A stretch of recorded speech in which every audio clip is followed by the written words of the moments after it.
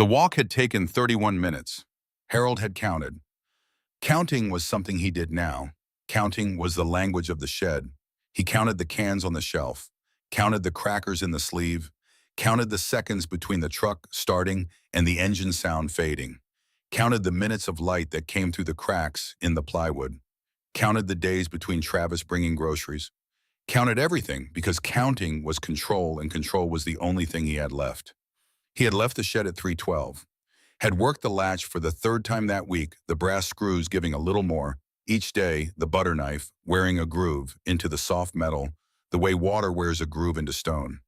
Not with force, with patience, with the relentless daily unremarkable persistence of a man who has nothing but time and a tool and the absolute refusal to accept that the door cannot be opened. The first time he had tried the latch was 3 months ago. He had broken the tip of the butter knife and had to reshape it on the concrete floor, grinding the metal back and forth in long, slow strokes until a new edge formed. The second time was 2 months ago. He had gotten 2 of the 3 screws loose before Travis came home early, and Harold had to push them back in with his thumb and pretend nothing had happened. The third time was this morning, and all 3 screws gave. The latch plate came free. The door opened from the inside for the first time in 6 months. Harold had stood in the doorway of the shed and looked at the backyard and the house and the sky and the desert beyond the fence, and he had felt something that he had not felt in so long he had almost forgotten its name. Possibility. The feeling that the next minute could be different from the last one. That the world beyond the door was not a memory or a dream, but a real place that he could walk into with his real legs and his real body and his real mind that had never been confused, not for one single moment in the last 2 years, no matter what the paperwork said. He had walked out of the yard through the gap in the fence that he had noted in his notebook on May 15th, had crossed the vacant lot behind the property, had reached the road, had turned south toward the highway because south was where the diner was, and the diner was where people were, and people were what he needed. Not a specific person, not a savior, just a person, just one human being who would look at him and see a man and say, yes, you can sit here. That was all he needed. One yes after 2 years of silence. The 1.5 miles had felt like 10. His knee had protested every step with the grinding, burning, bone-on-bone friction that made his eyes water and his jaw clench and his hands grip whatever was nearest a fence post, a mailbox, the trunk of a Palo Verde tree, anything solid, anything that would hold him up while the pain rolled through him like a wave and receded enough to let him take the next step. But he had walked, because walking was the only thing left between Harold Pemberton and disappearing. Between the man who had carved "I am still here" into a wall and the man who would become another Clarence Munn, another name on a death certificate that said natural causes, another old man who died quietly because nobody pulled out a chair. Harold Pemberton pushed the glass door open with both hands because one hand was not enough anymore. The bell above the door jingled and the sound hit him like a gunshot. He stopped, held his breath, listened, waited for a voice behind him to shout his name, waited for a hand to grab his collar and drag him back down that gravel road and into the dark. Nothing. Just the hum of a ceiling fan spinning lazy circles above a room full of strangers, and the low clatter of forks against plates, and a country song playing so softly it might as well have been a memory. He let the door close behind him and took his first step inside Rosie's griddle. His right knee buckled. Not all the way, just enough to remind him that it owned him now. The arthritis had been grinding through that joint for 3 years, bone against bone, and Travis had made sure he never saw a doctor for it. Travis had made sure of a lot of things. Harold gripped the edge of the hostess stand and steadied himself.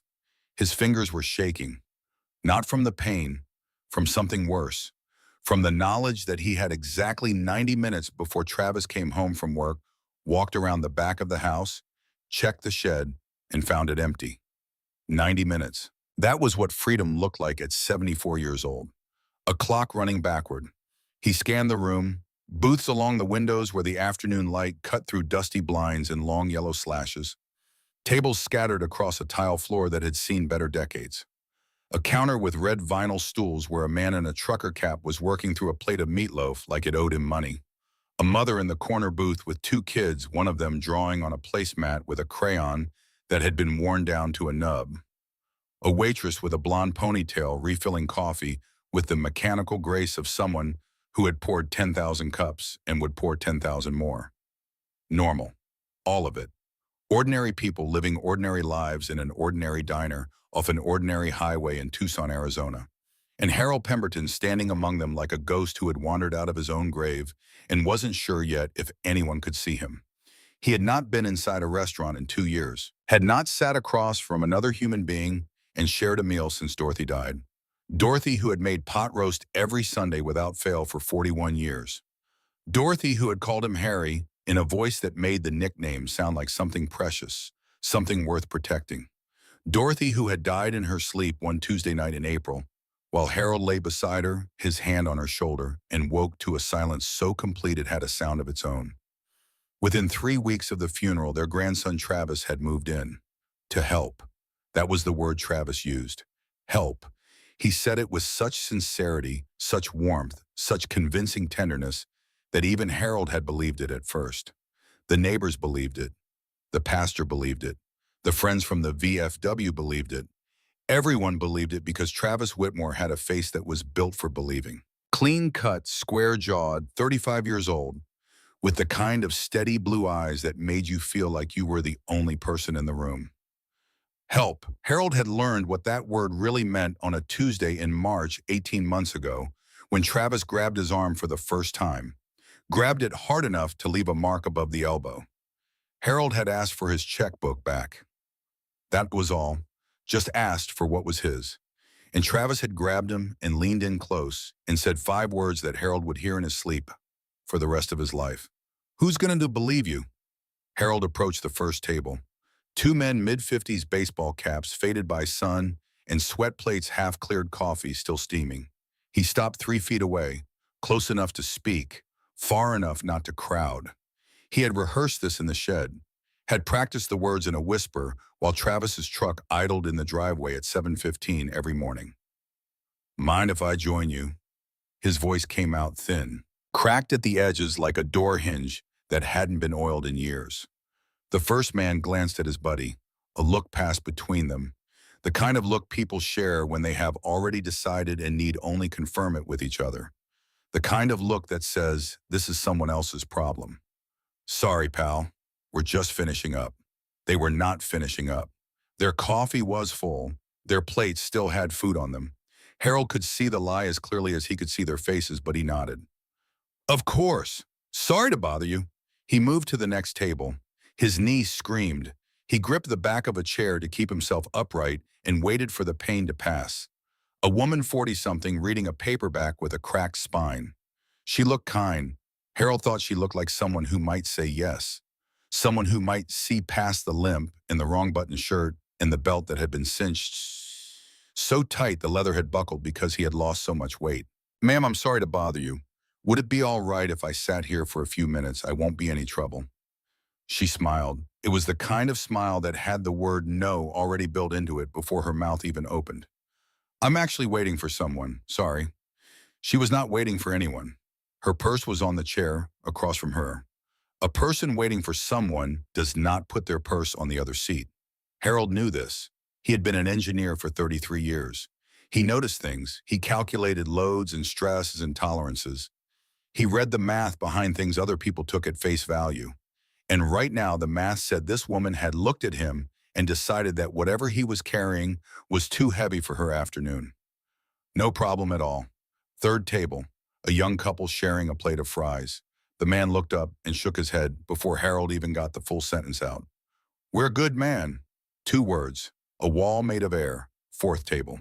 An older woman with reading glasses on a chain around her neck and a crossword puzzle folded in front of her. She looked at Harold's limp, looked at his belt, looked at his shirt, the buttons misaligned so the collar sat crooked against his throat. Her eyes filled with something that might have been pity, but pity does not pull out a chair. Pity looks and feels and turns away. I'm sorry, honey. I've got my things spread out here. She had a napkin and a glass of water. Fifth table, a man eating alone. Harold felt a surge of hope so fierce it hurt. A man eating alone might understand what it meant to want company, might understand the particular loneliness of sitting in a room full of people and belonging to none of them. Excuse me, sir? Mind if I taken? One word. The man did not even look up from his phone. His thumb kept scrolling. Harold stood there for 3 seconds, maybe four long enough to feel the full weight of a single syllable. Sixth table. His knee was grinding now. Each step sent a bolt of white fire from his kneecap to his hip.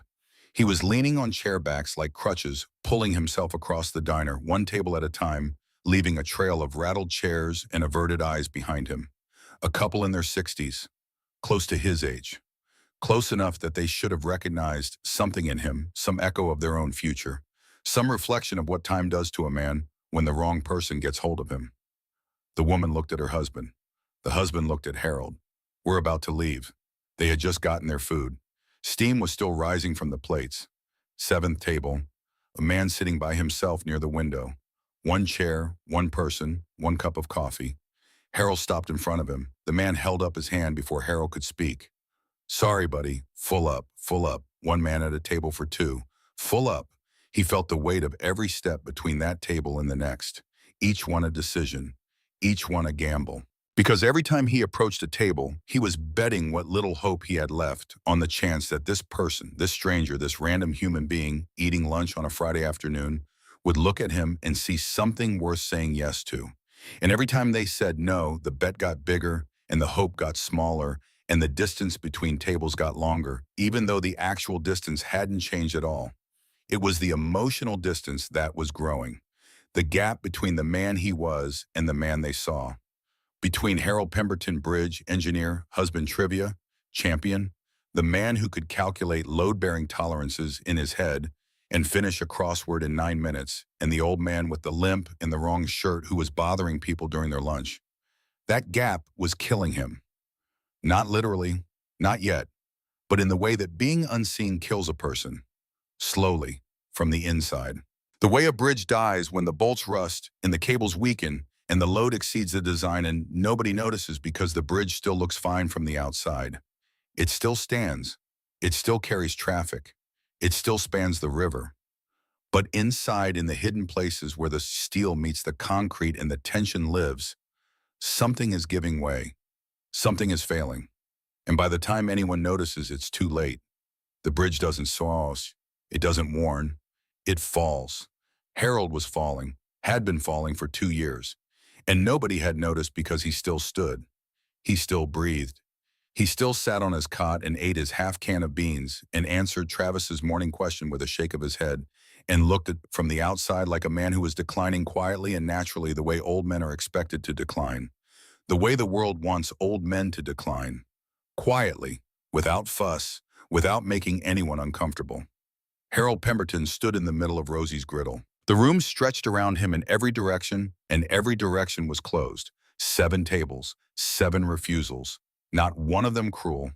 That was the worst part. That was the thing that cracked him. Nobody had been mean.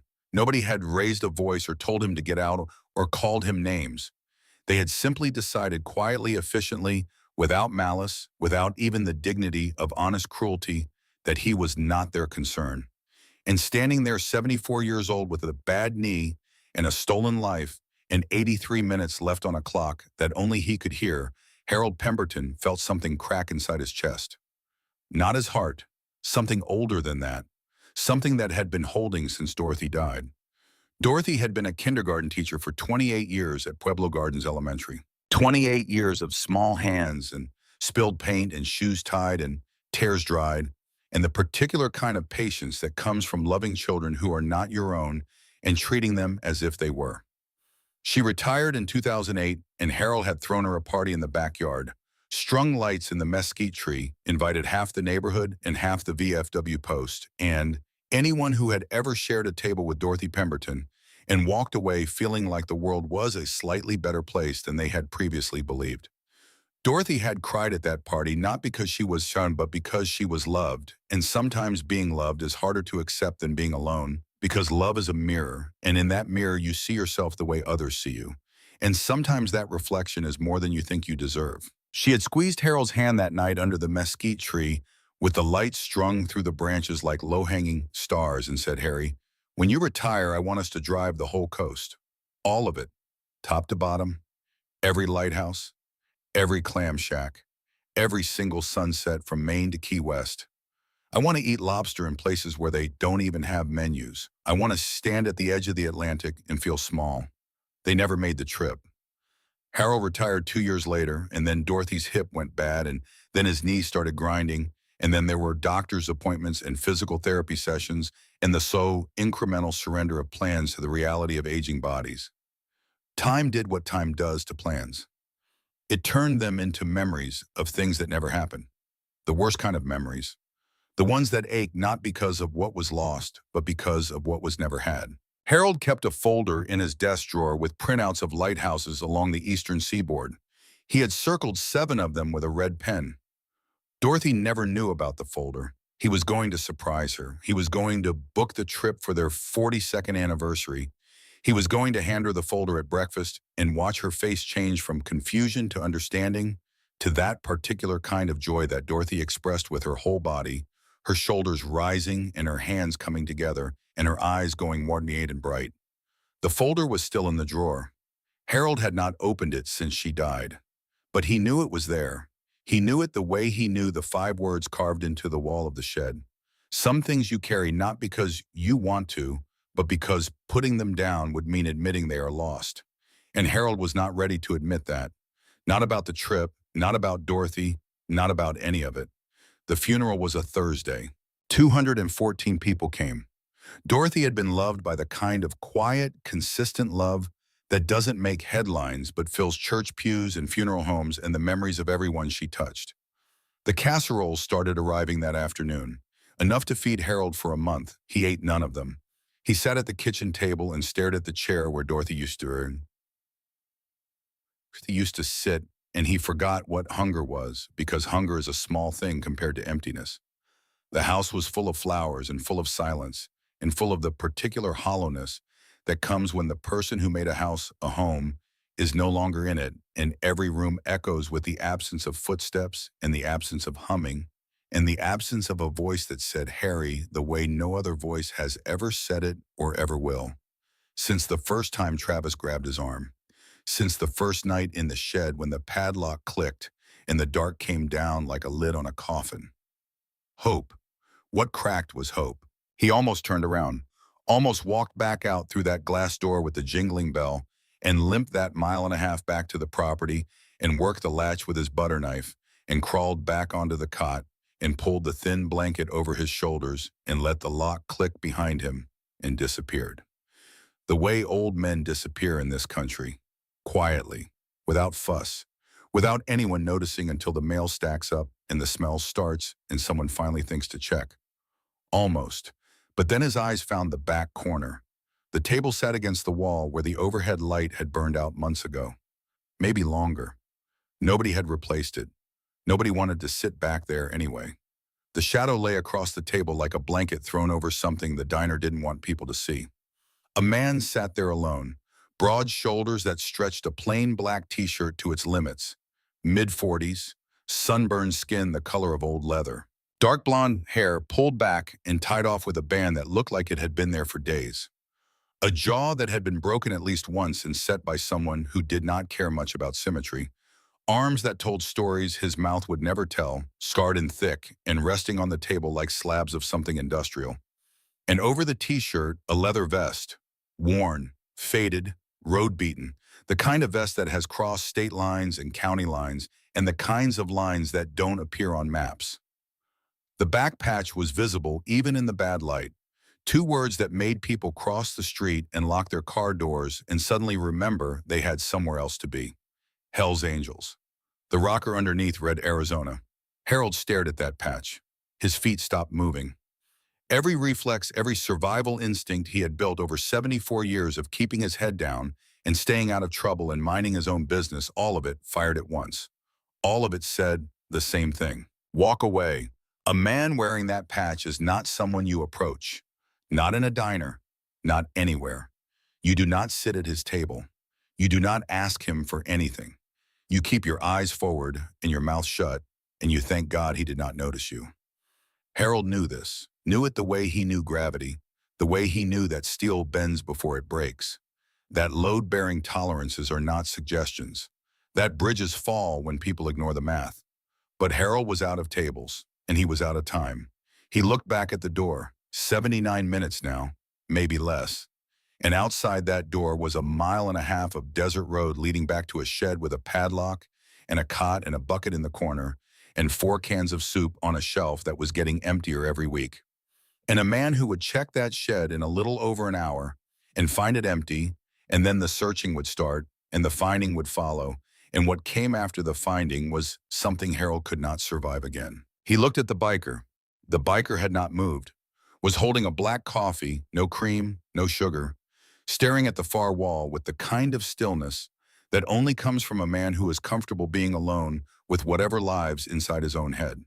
Not looking at anything, not looking at Harold, not looking at the room full of people who kept glancing toward his table and then glancing away the way you glance at something that frightens you and then pretend you didn't. Harold took a step. His knee buckled. He caught himself on the back of an empty chair and stood there breathing until the white flash behind his eyes faded. Another step. The limp turned each footfall into a collision. Heel striking tile. The sound carrying through the quiet diner like a slow drumbeat. A dead man walking toward the one table everyone else avoided. He crossed the floor, past the tables that had said no, past the people who had decided he was not their problem, past the counter where the waitress watched him with her coffee pot frozen in mid-pour and her mouth slightly open, past the mother in the corner who pulled her children a little closer without realizing she was doing it. He stopped at the edge of the shadow.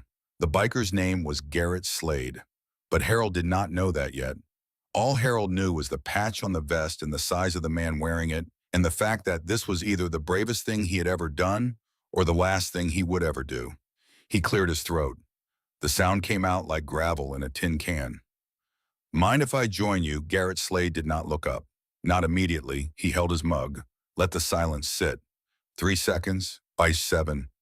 Long enough for Harold to feel every set of eyes in the diner pressing against his back like hands trying to push him away from the edge of something he was about to fall off. Then Garrett looked at him. Not through him, not past him, not at the limp or the bad shirt or the belt that had run out of holes 3 notches ago. He looked at Harold Pemberton the way a man looks at something when he wants to understand it before he responds to it. His eyes moved to Harold's wrists. Both of them, yellow bruising, circular, worse on the right. Grip marks, not from a fall, not from an accident, from restraint. Someone had held this man down. Recently, more than once. His eyes moved to Harold's face. The hollowed cheeks, the skin pulled too tight across the bones. Not sick, starved, slowly, deliberately. The way you starve someone when you want them weak but alive. When you need them breathing but not strong enough to fight back. His eyes moved to Harold's eyes. And that was where Garrett stopped. Because what he saw there, he had seen before in shelters, in back rooms, in the faces of people who had been caged so long they had forgotten what open ground looked like. Fear, not the sharp kind. Not the kind that comes and goes with a loud noise or a dark alley. The deep kind. The kind that lives in your muscles and your bones and rewires your nervous system until you cannot take a bite of food without listening for footsteps. The kind that makes your shoulders climb toward your ears and your hands curl into fists even when there is nothing to fight. The kind that turns a man into a dog that flinches when you reach for it. Garrett Slade had buried friends. He had sat in federal interrogation rooms and given nothing but his name and his date of birth, in a silence so total it had driven agents to shouting. He had ridden through dust storms on I-10 that stripped paint off gas tanks and left the road invisible for miles. He had done things that would make the people in this diner lock their doors and drive to a different county. But he had also held a brother's kid at a funeral because nobody else would step up, and the boy was 4 years old and didn't understand why his father wasn't coming back. He had pulled over on a highway outside Isla Bend in 114-degree heat because a woman was trying to change a tire with a baby screaming in the back seat. He had sat in hospital rooms with dying men and stayed until the machines went flat because he believed that no one should cross alone. He had grown up in Prescott, son of a mechanic who drank too much, and a mother who left when Garrett was 9. The mechanic raised him with tools and silence and the occasional backhand that Garrett learned to dodge by the time he was 12. Not because his father was evil, because his father was broken. because the bottle had gotten into the places where the love was supposed to be and filled them with something that looked like anger, but was really just grief wearing a mask. Garrett's father had lost a brother in a logging accident when he was 22 and had never found a way to put that grief down, and so he carried it in his fists, in his voice, and the distance he kept between himself and everyone who tried to get close. Garrett left at 17, found the club at 20, found a family that didn't require blood, that required only loyalty and the willingness to ride, in the understanding that the road is the only church that never closes. He had spent 25 years in that family, had earned every patch and every scar and every story that the vest carried, had done things that would horrify the people sitting in this diner, had also done things that would humble them. Because the world is not divided into good men and bad men. The world is divided into men who act and men who don't. And Garrett slayed for all his flaws, for all the lines he had crossed, and the laws he had broken, and the rooms he had walked into and out of with blood on his knuckles, was a man who acted. When he saw something wrong, he moved toward it, not away. That was the difference. That was the only difference that mattered. The world saw the patch. Garrett saw what was underneath. And right now, underneath the trembling and the limp and the shirt button wrong underneath, 74 years and a bad knee and a voice that barely worked, he saw a man who had walked into this diner as a last resort. A man who had been turned away by every table in the room and kept walking. A man who had come to the one place nobody in their right mind would come, the dark corner of the Hell's Angels table, because he had nowhere else left. Garrett set his coffee down. He stood up. Not fast, not aggressive, slow, deliberate. The way a man stands when he wants the room to see exactly what he is doing and exactly why.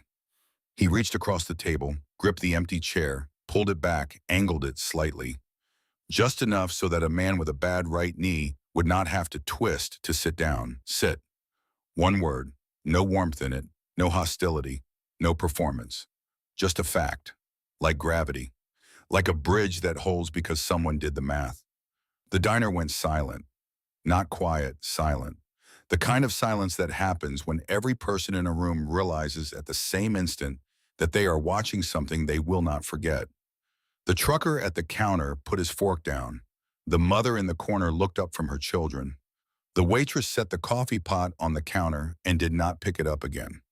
7 tables had said no. 7 tables had looked at an old man with a limp and a wrong-button shirt and decided he was not worth the inconvenience of sharing their afternoon. And the Hells Angels biker in the back corner of the man. Nobody would sit near the man. The entire room, kept at arm's length, had pulled out a chair. Harold sat down slowly, carefully, lowering himself into the seat the way you lower yourself into water when you are not sure the ground underneath is solid. His right knee cracked loud enough to carry across the room. His hands gripped the edge of the table. His shoulders, the shoulders that had been locked up around his ears since he walked through the door, dropped. Half an inch, maybe less, but enough to breathe. Garrett sat back down. He raised one finger toward the waitress without looking away from Harold. She came over fast, faster than she had come to any table in the last hour, as if the raised finger of the man in the leather vest had more authority than the hostess stand and the kitchen bell and every table number in the building combined. Eggs, Garrett said. Scrambled. Bacon. Toast. Coffee. Orange juice. The waitress looked at Harold. Harold shook his head. The motion was small, almost imperceptible. I can't pay for that. I don't have any money. He took Garrett, cut him off. Not with words, with a look. The kind of look that said, the food is coming, you are going to eat it, and we are not going to have a conversation about it. The kind of look that closed a subject the way a vault door closes a vault. Harold closed his mouth. The food arrived in 6 minutes. The plate sat in front of him steaming. Eggs piled high, yellow and soft.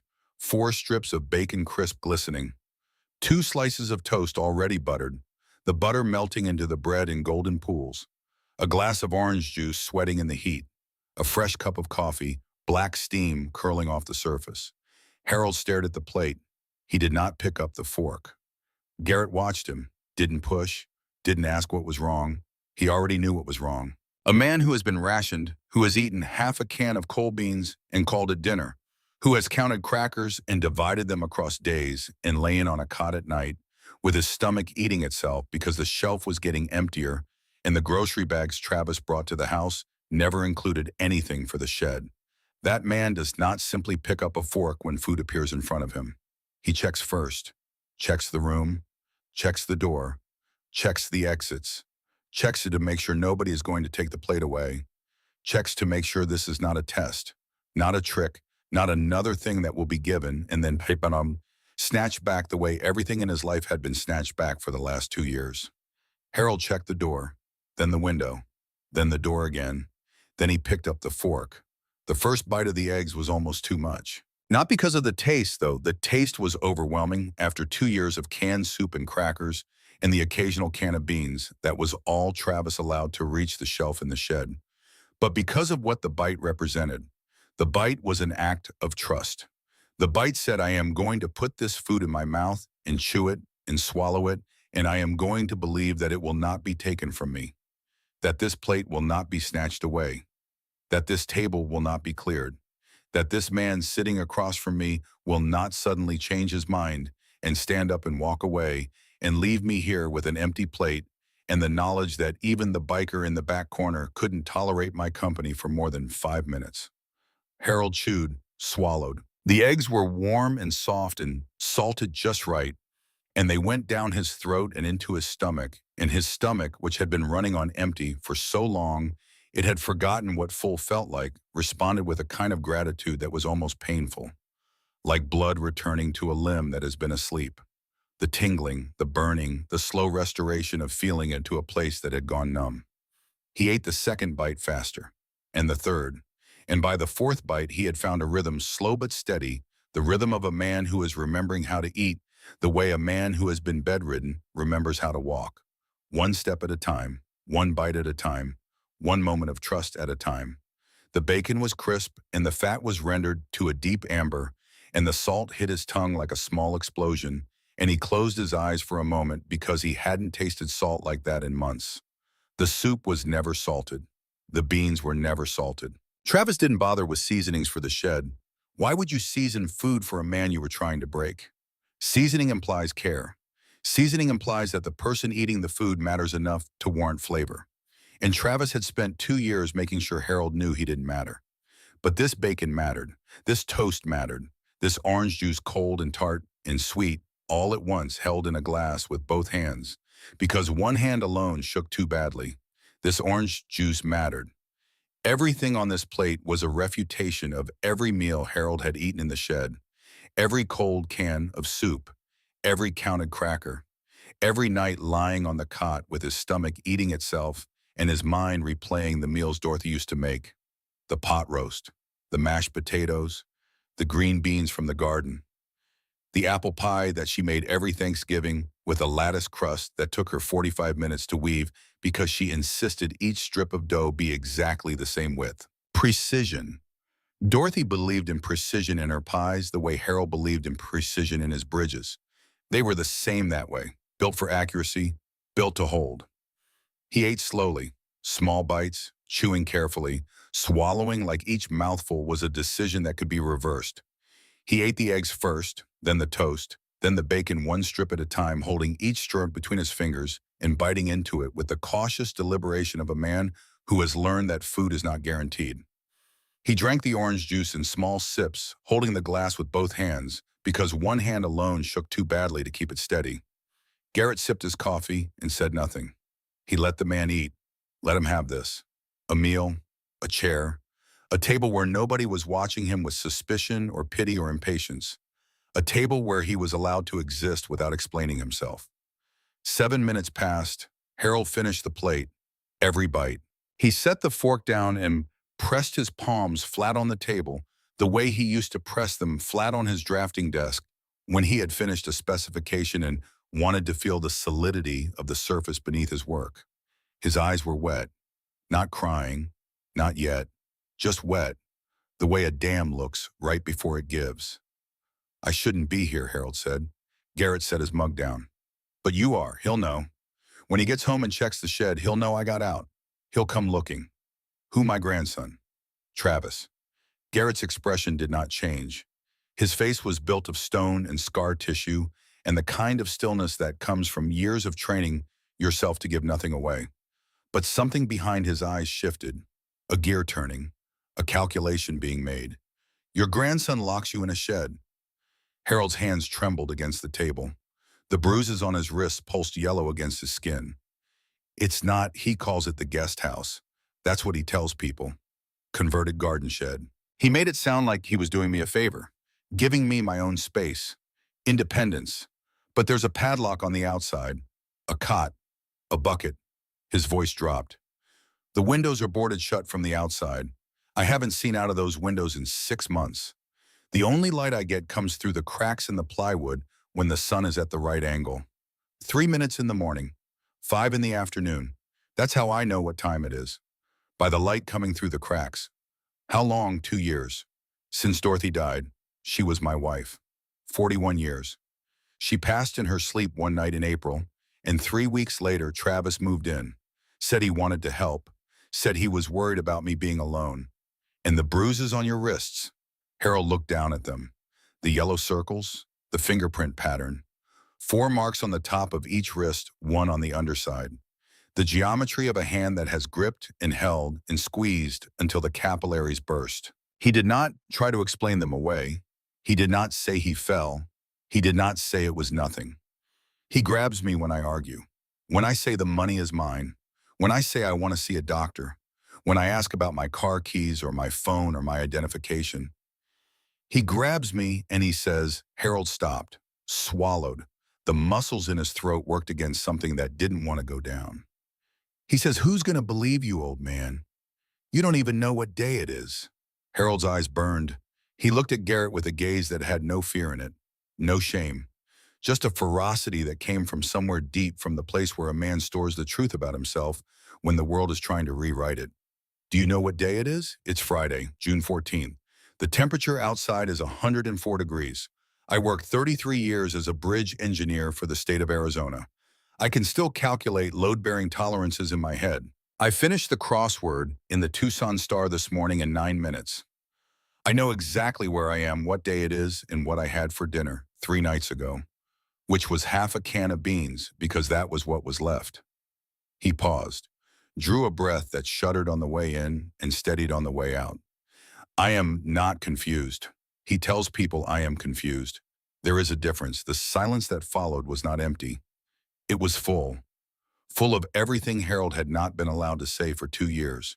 Full of every time he had tried to tell someone and been dismissed, redirected, patted on the hand like a child who had said something embarrassing at a dinner party.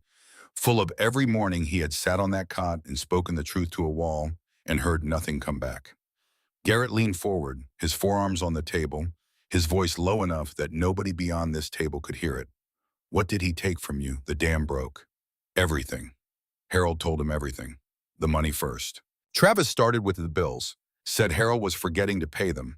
Harold had been paying his own bills since 1971, had never missed a payment on anything in 53 years.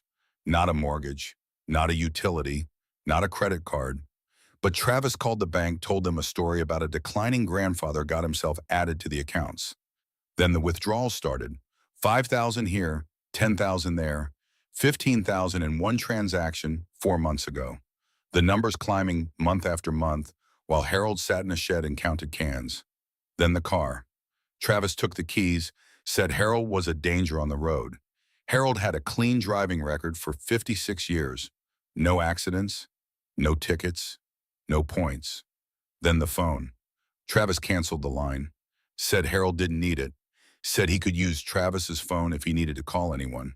But Travis's phone was always in Travis's pocket, always out of reach, always behind a locked door or in a truck that was driving away.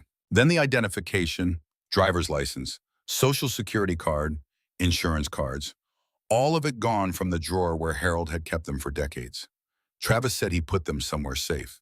Harold never saw them again. Then the people. The neighbors stopped coming. The pastor stopped visiting. The friends from the VFW stopped calling. Because Travis told them all the same story. The same words, the same carefully constructed performance, delivered with the same expression of quiet, heroic grief. Grandpa's having episodes. He's declining. It's hard to watch. We're doing our best. And one by one, the world believed him. Because Travis was young and polite and clean-cut and articulate, and Harold was old. And in this country, when a young voice and an old voice tell different stories, the world believes the younger one. Every time. Without question, without hesitation, without even knowing it's making a choice. Then came the doctor, a woman named Hargrove, Dr. Judith Hargrove. She came to the house. Travis was in the room the whole time. She asked Harold questions. Simple questions. What year is it? Who is the president count backward from 100 by sevens? Harold answered everyone correctly. Did not hesitate, did not stumble, did not guess. She diagnosed him with moderate to severe cognitive decline.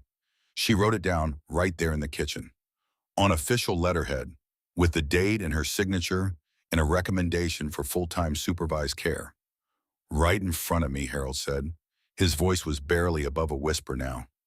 She wrote it while I was sitting right there. And I said, that's not true. I answered everything right, every single question. And she looked at Travis, not at me. She looked at Travis and she said, this is very common. They don't recognize the decline. And Travis nodded. And that was it. That piece of paper made me invisible. Garrett's jaw tightened. A muscle near his temple twitched once. He was quiet for 10 seconds. What about the insurance, life insurance? $480,000. The beneficiary was the VFW post in Tucson. Dorothy and I set that up years ago. We wanted it to go to the veterans. That was important to us. Travis changed it to his name. I found the paperwork in the kitchen trash under coffee grounds. Like he wanted to hide it but didn't think I'd look. But you looked, Harold's eyes sharpened. I always look. That's what he never understood. He thinks I'm broken. He tells everyone I'm broken. But I am not broken. Harold leaned in. His voice dropped to a whisper. I have a storage unit. Rented it 8 months ago. Paid cash from money I hid inside a boot in the back of the shed. Travis doesn't know it exists. Inside that unit is everything. Bank statements showing every withdrawal. The insurance paperwork with the forged signature. The medical records from Hargrove. And a notebook. What kind of notebook? Spiral bound. Blue cover. Every page filled. Dates. Amounts. What he said. What he did. When the lock went on the door. When the food stopped. When he grabbed me. When the doctor came. Everything. He paused. His voice steadied. The first page says if anything happens to me, this is why. Harold reached into his pocket. His fingers were shaking so badly it took him 3 tries. He pulled out a small brass key and slid it across the table. The metal caught what little light reached the back corner and threw a small, bright flash across the surface between them. Unit 19, Desert Ridge Storage. Off the frontage road past the truck stop. Garrett looked at the key. He did not touch it. Not yet. If something happens to me, Harold said, somebody needs to know that unit exists. Somebody who won't ignore it. Somebody who won't be afraid of him. Why me? Harold looked at the Hells Angels patch, then back at Garrett's face. Because 7 people in this room said no, and you pulled out a chair. He paused. Let that settle. A man who does that isn't the man most people think he is. Garrett picked up the key. He held it in his palm, closed his fingers around it. He could feel the weight of it, not the brass. The brass was nothing. What weighed was what it carried, a man's entire life. Everything that had been stolen, everything that had been silenced, everything that had been locked behind a door that only opened from the outside.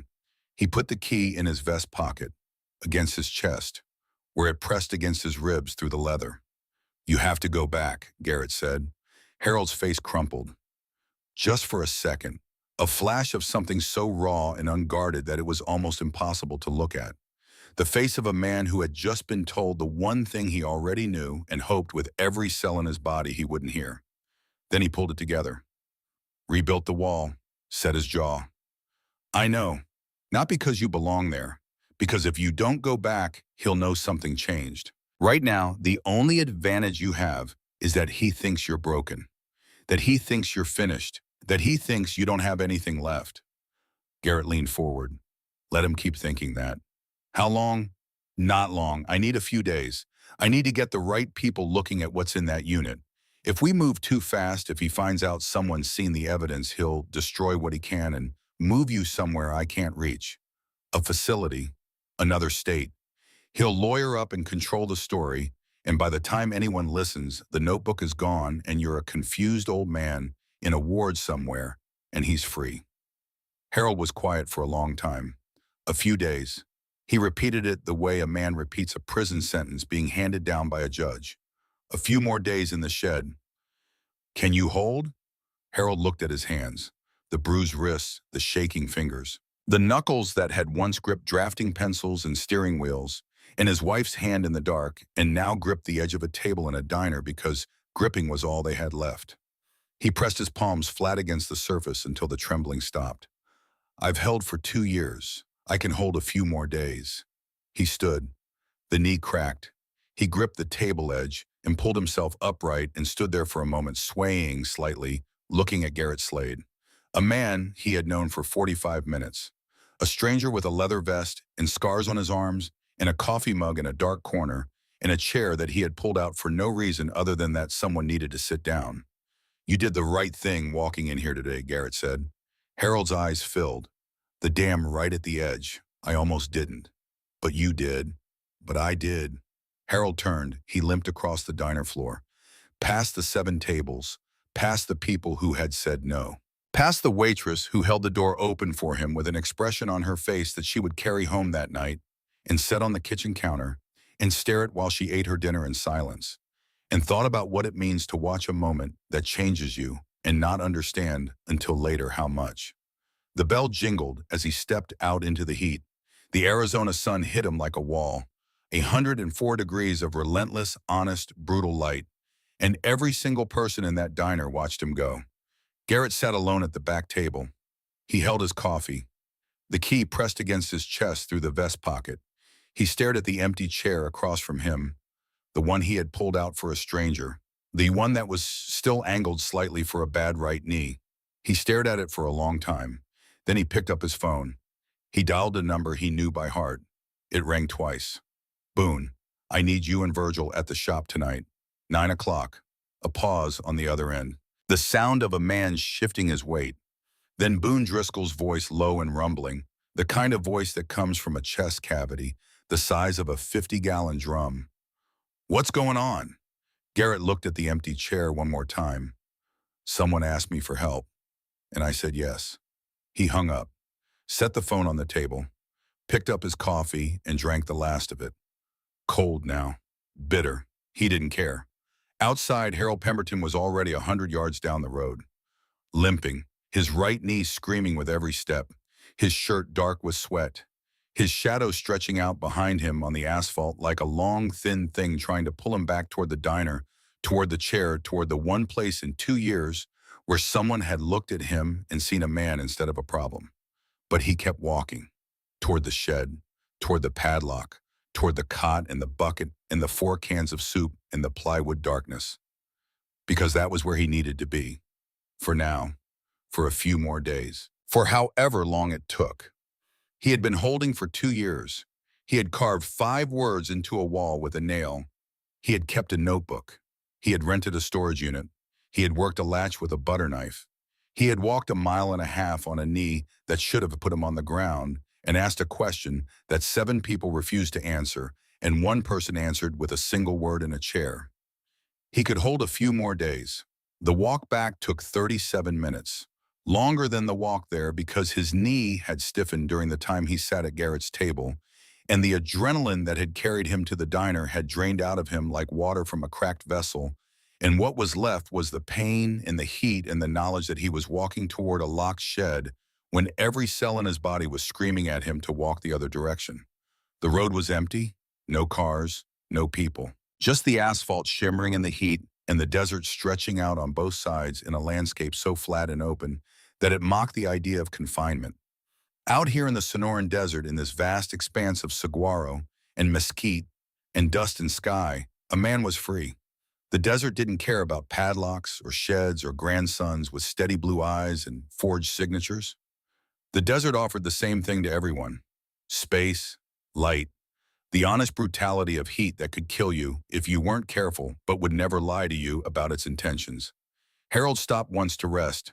He found a mesquite tree near the road that threw a thin strip of shade across the gravel shoulder, and he leaned against the trunk and closed his eyes and let his knee throb, and his lungs work and his heart slow from the hammering pace it had maintained since he walked through the door of Rosie's Griddle 2 hours ago. 2 hours. In 2 hours, his life had changed more than it had changed in the previous 2 years. In 2 hours, he had eaten a meal, had spoken the truth to another human being, had given a key to a stranger and placed his life in the hands of a man he'd known for 45 minutes. In 2 hours, he had done more to save himself than the entire system that was supposed to protect him had done in 22 months. He thought about Rosa. Not Rosa, her name was Patty. Patty Fulbright at the bank. The woman who had heard him whisper "this isn't right, he's taking it all," and had called Adult Protective Services that same afternoon. She had tried. The system had responded.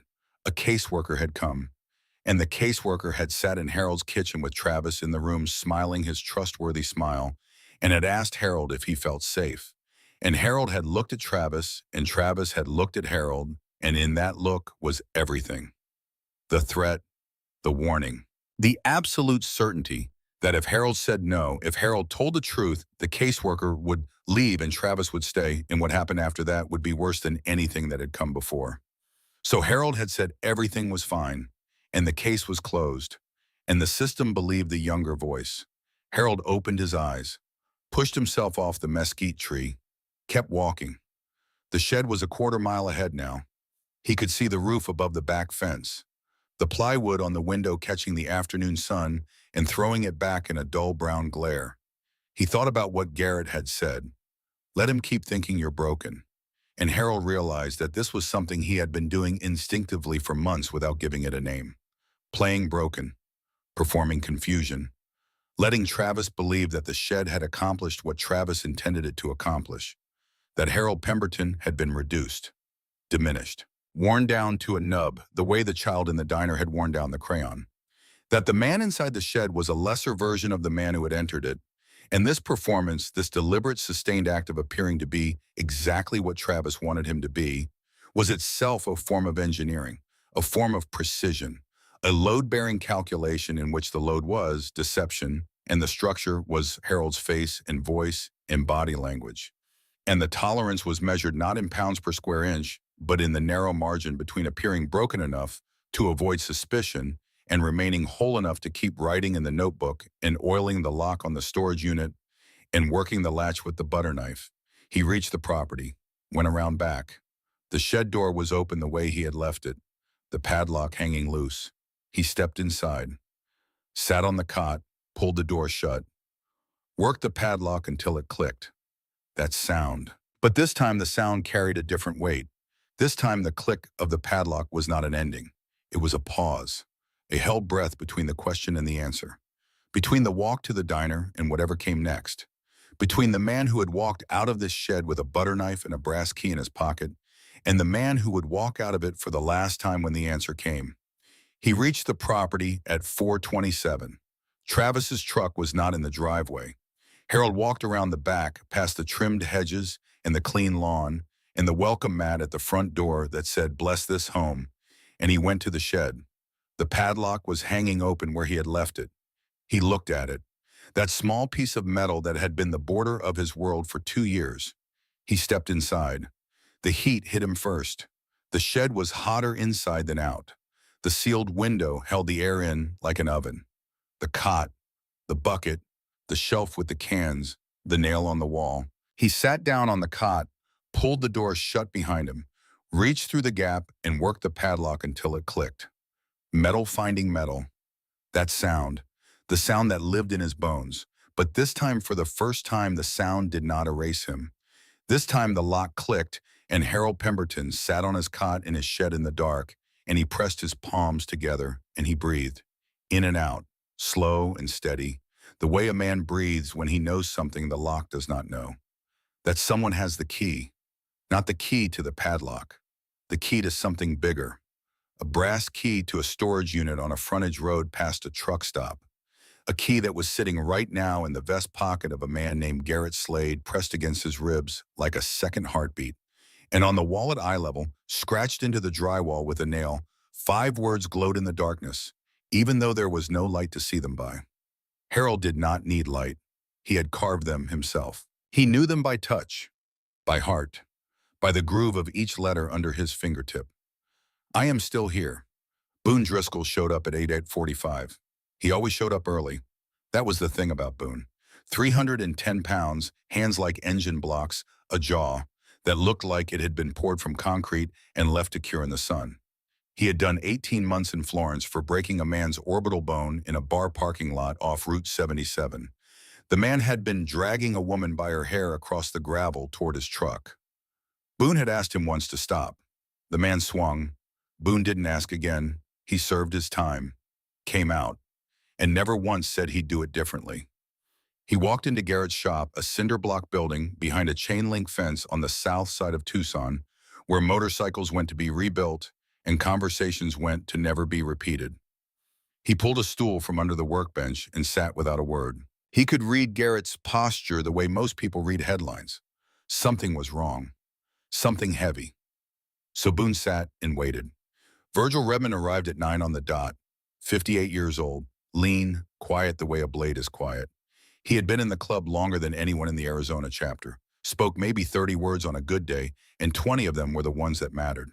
He leaned against the door frame and crossed his arm and looked at Garrett with eyes that had seen enough to fill several lifetimes and had decided long ago that most of what they saw was not worth commenting on.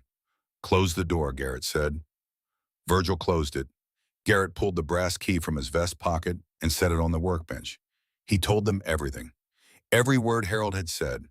The grandson, the shed, the padlock, the money, the insurance, the doctor, the bruises, the notebook, the storage unit.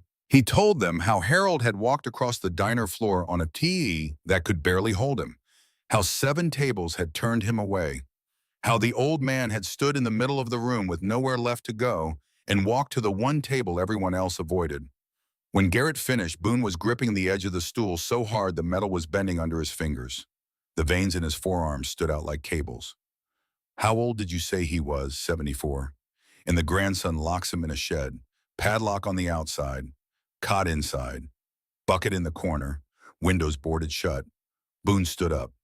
The stool scraped against the concrete floor with a sound like a short scream. "Give me the address." "No. Give me the address, Garrett."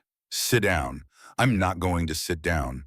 You just told me a 35-year-old man is keeping his own grandfather in a cage and starving him. You told me there's a bucket in the corner where the man has to give me the address and I'll handle it tonight." Garrett's voice didn't rise. It lowered. That was worse. Everyone who knew Garrett knew that the louder men get, the less dangerous they are. Garrett got quieter. And when Garrett got quiet, the room got smaller. "You go to that house tonight and break that kid's jaw, which is what you want to do, which is what I want to do, and Harold Pemberton goes into the system. Ward of the state. Some facility in Phoenix where he doesn't know anyone and nobody knows him. And Travis walks, gets a lawyer, plays the victim, tells the judge a biker gang attacked him in his home. The story writes itself. We lose. Harold loses. Travis wins."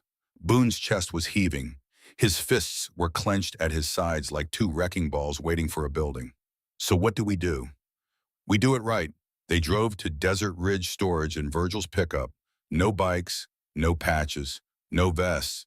3 men in a truck that looked like every other truck on the road at 10 o'clock on a Friday night in southern Arizona. Virgil drove. Boone rode shotgun.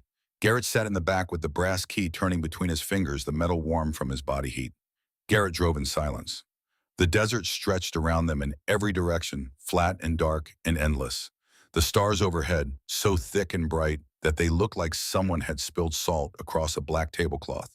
The air coming through the truck windows was still warm, even at 10 o'clock, the desert holding the day's heat, the way a cast iron pan holds the heat of a stove long after the burner is turned off.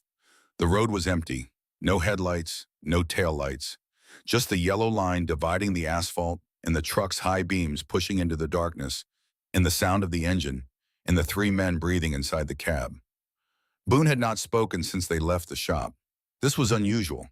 Boone was not a quiet man by nature. He was a man who filled rooms with his voice and his presence, and the sheer physicality of 310 pounds of bone and muscle and the kind of energy that comes from a body that was built for action and a mind that was perpetually ready for it. But right now, Boone was quiet. Right now, Boone was sitting in the passenger seat with his hands on his knees and his jaw working the muscles in his temples, flexing and releasing the physical manifestation of a fury that had no outlet. Not yet. Virgil drove the way he did everything. Steady, economical, no wasted motion, hands at 10 and 2, eyes on the road, speed exactly 3 miles over the limit, which was the speed that attracted no attention from police and shaved enough time off the drive to matter. Virgil had been driving since he was 14, first on dirt roads in the high desert north of Flagstaff, then on highways that stretched across the state like veins on a map, then on roads that didn't have names and didn't appear on any map and served purposes that Virgil never discussed and would never discuss, because some roads are for riding and some roads are for forgetting. The storage facility appeared on the right side of the frontage road like a small fortress. Chain link fence topped with 3 strands of barbed wire. Orange roll-up doors in 2 long rows facing each other across a gravel lot. A security light that buzzed and flickered every 30 seconds like it was trying to decide whether or not to quit. The kind of place that existed on the margins of things, between the highway and the desert, between the city and the emptiness, between the things people keep and the things people throw away. The storage facility was the kind of place where people put things they didn't want to deal with. Chain link fence topped with 3 strands of barbed wire, orange roll-up doors, a security light that buzzed and flickered every 30 seconds like it was trying to decide whether or not to quit. Gravel lot, no attendant, just a keypad and a gate, and the kind of silence that settles over places where people store the things they can't throw away and can't keep in the house. Unit 19. Garrett slid the key in. The lock turned smooth. Harold had kept it oiled. A man locked in a shed who still had the discipline to oil a lock he could only use in secret. That told Garrett something. That told him everything. The door rolled up. Inside, a single file box sat on the concrete floor. Nothing else, no furniture, no clutter, no excess, just the box. Like Harold had stripped his entire life down to the one thing that mattered and placed it here in this rented space in this anonymous building where Travis couldn't touch it. Garrett opened the box. Bank statements, stacked in chronological order. Every withdrawal highlighted in yellow with a marker that must have been smuggled into the shed the same way the cash had been smuggled into the boot. $5,000 on March 10th, $8,000 on April 2nd, $3,000 on April 19th, $10,000 on May 5th, $15,000 in a single transaction on June 1st. The numbers kept climbing, month after month, page after page, yellow highlights screaming from the paper like bruises on a ledger. Boone picked up the insurance policy, read it once, read it again. His lips moved. $480,000. Beneficiary change from the VFW post in Tucson to Travis James Whitmore. Changed 9 months ago. The signature on the change form was shaky but legible. Harold's name. But the handwriting didn't match the notebook. He forged it, Boone said. The old man didn't sign this. Look at the slant. Look at the pressure. This was written by a younger hand trying to shake, trying to look old. But the letter spacing is too even. An old man with arthritis doesn't space his letters like that. This is a forgery. Garrett pulled out the medical records. Dr. Judith Hargrove, M.D., Internal Medicine Office in Oro Valley. The diagnosis was typed on official letterhead. Moderate to severe cognitive decline. Recommendation full-time supervised care. Patient unable to manage financial, legal, or personal affairs independently. The date on the report was 2 days after Harold's crossword time was 9 minutes. And then Garrett found the notebook. Blue cover, spiral bound, the kind you buy at a drugstore for $2. He opened it to the first page. The handwriting was small, tight, controlled. The handwriting of a man who had spent 33 years writing engineering specifications where one wrong number could bring a bridge down. Every letter precise, every word deliberate, every entry dated. If anything happens to me, this is why. Garrett read, March 12th. Travis took the checkbook. Today, I asked for it back. He grabbed my arm. First time, left a mark above the elbow. He said I was being difficult. March 26th. No visitors in 2 weeks. Mrs. Patterson brought a casserole. Travis met her at the door, told her I was sleeping. I was standing in the hallway behind him. She didn't see me. April 4th, Travis went to the bank with my social security number. Patty at the counter called me. I couldn't get to the phone. Travis had it in his truck. April 19th, Travis moved me to the shed today, said the house needed work, said it was temporary. There was a padlock on the door when I came back from using the bathroom. I heard it click. That sound. I will hear that sound for the rest of my life. May 1st, found the insurance paperwork in the kitchen trash under coffee grounds. Beneficiary changed. He didn't think I'd look. He never thinks I'll look. May 15th, haven't been outside the property in 5 weeks. The back fence has a gap near the east corner. I could fit through if I had to. Not yet. Not until I have the proof. June 2nd, Hargrove came to the house, asked me questions. I answered them all correctly. She wrote cognitive decline on the form anyway. Travis was smiling, the kind of smile people give when they've won something they didn't earn. June 8th, half a can of beans for dinner. Travis brought groceries yesterday. None of them went to the shed. June 10th, I started working the latch with a butter knife. The screws are old brass. They'll give if I keep at it. I have nothing but time. June 14th, today I leave. Garrett closed the notebook. He held it in both hands. He pressed it against his chest, and he stood in that storage unit under the buzzing light, and he did not move for a long time. The gravel outside was silent. The night was silent. Even the flickering security light seemed to steady itself for a moment, as if the building knew what was being held inside it and wanted to be still. Boone was sitting on the floor. His head was in his hands. This was a man who had broken bones without flinching. A man who had stared down corrections officers and stood in rooms where the wrong word meant the wrong ending. And he was sitting on a concrete floor with his head in his hands because of a spiral-bound notebook written by a 74-year-old man with a butter knife and a bad knee. Virgil spoke. First words all night, I know someone. Garrett looked at him.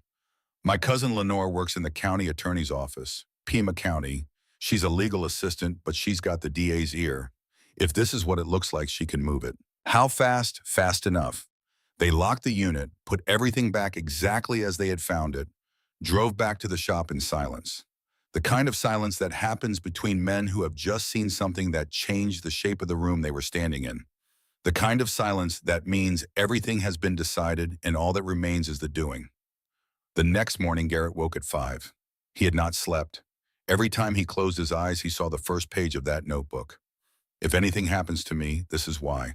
A man who knew he might not survive, writing instructions for whoever found his body. Garrett drove to the Whitmore property. No vest, no patches, jeans, and a plain gray t-shirt. He parked 2 streets over and walked. The house looked normal from the front. Clean lawn, trimmed hedges, a welcome mat at the front door. Travis's car was gone. At work. Harold had said Travis left by 8 every morning. It was 8:20. Garrett went around the back. The shed was 20 feet from the house. The padlock hung open. Harold had worked the latch again with the butter knife. Smart. If Travis checked, the lock would look closed from a distance. The mechanism was compromised, but the appearance was maintained. An engineer's solution. Garrett pushed the door open. He had seen prison cells bigger than this. A cot with a thin blanket that wouldn't keep a dog warm in January. A bucket in the corner with a lid that didn't fit. 4 cans of soup on a plywood shelf. A sleeve of crackers going stale. A broken space heater with a frayed cord that hadn't worked in months.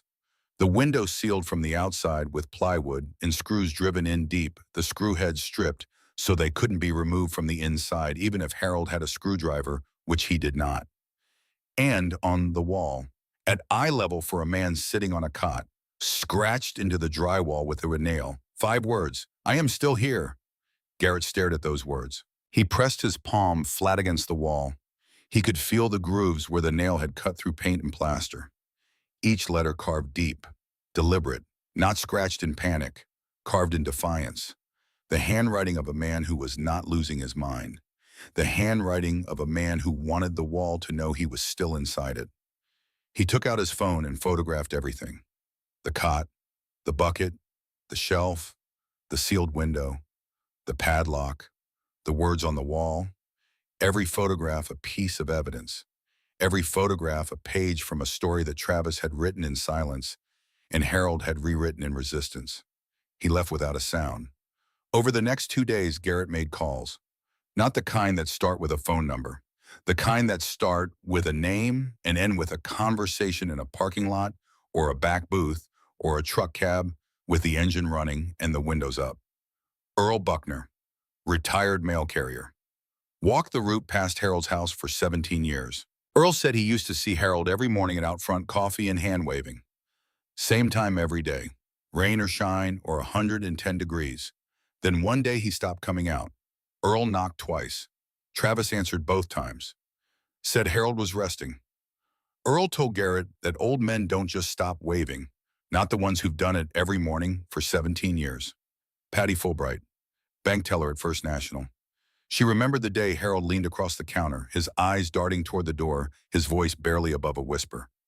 This isn't right, he's taking it all. Patty had called Adult Protective Services that same afternoon. A caseworker visited the house 3 days later. Travis was in the room the entire time. The caseworker asked Harold if he felt safe. Harold looked at Travis. Travis was smiling. Harold said everything was fine. The case was closed. Patty told Garrett the sentence that made him pull his truck to the side of the road and sit there for 10 minutes staring at the steering wheel. The system believed the younger voice. 6 words that explained everything. Why the bank didn't freeze the accounts. Why the caseworker closed the file. Why the neighbors stopped asking. Why the pastor stopped coming. Why an entire community looked at a 74-year-old man who was screaming for help and heard nothing. Because Travis was young and polite and clean-cut and articulate, and he told a story about a confused old man who didn't know what was happening to him, and everyone believed the younger voice. Sheila Overstreet, bartender at the VFW Post on Speedway. Harold had been a Thursday night regular. Trivia night, 6 years running, never missed. His team was called the Bridge Builders. Sheila said one Thursday Harold didn't show. Next week, Travis called the VFW and said Harold wasn't up to coming anymore. Sheila tried calling Harold's number. Disconnected. Each conversation was a piece of a puzzle that Garrett was assembling in his mind. Each person he spoke to added a detail, a color, a shape that fit into the picture of what Travis Whitmore had done and how he had done it. And the picture that was forming was not the picture of a man who had snapped, not the picture of a man who had made a mistake under pressure or acted in a moment of anger or stumbled into cruelty the way some people stumble into debt one small decision at a time until the total is beyond comprehension. The picture was of a system, a machine on a carefully designed, methodically executed operation that had been planned and refined and improved over time the way an engineer improves a design. Travis had not improvised. He had not reacted. He had constructed, piece by piece, step by step. First the isolation, then the financial control, then the medical cover, then the confinement, each step building on the last, each step making the next one possible, each step closing another door, until Harold Pemberton was locked behind so many closed doors that the idea of escape was not just difficult, but architecturally impossible. Except that Harold was an engineer too, and engineers know that every system has a weak point, every structure has a tolerance, every door has a latch. And if you apply consistent pressure to the right point, if you work the screws with a butter knife every day for weeks, if you keep your mind sharp and your notebook filled, and your money hidden in a boot, and your storage unit to be oiled, and your hope carved into a wall, even the most carefully designed prison can be opened from the inside. Garrett took all of it to Lenore Calloway. Virgil drove him to her office after hours. She met them in the parking garage. Professional, careful. She understood what this was. She understood what it could become if it was handled wrong. One misstep and the evidence gets challenged. One wrong move and Travis's lawyer turns the narrative inside out, and the man in the shed becomes a footnote in a dismissed case. Lenore stood under the fluorescent light of the parking garage with the notebook open in her hands, and she read the first page. If anything happens to me, this is why. She read it twice. The second time she read it slower, the way lawyers read things when they are not just reading for content, but for admissibility, for weight, for the way the words will sound when spoken aloud to 12 strangers in a box. She had seen a lot of documents in 14 years of prosecutorial work. Confessions and contracts and crime scene reports in the particular kind of paperwork that accumulates around human misery like sediment around a riverstone. She had seen documents that made her angry and documents that made her question whether the legal system she had dedicated her life to was capable of delivering anything resembling justice. But she had never seen a document like this notebook, because this notebook was not written by a lawyer or a detective or a forensic accountant. It was written by an engineer. And engineers don't write the way other people write.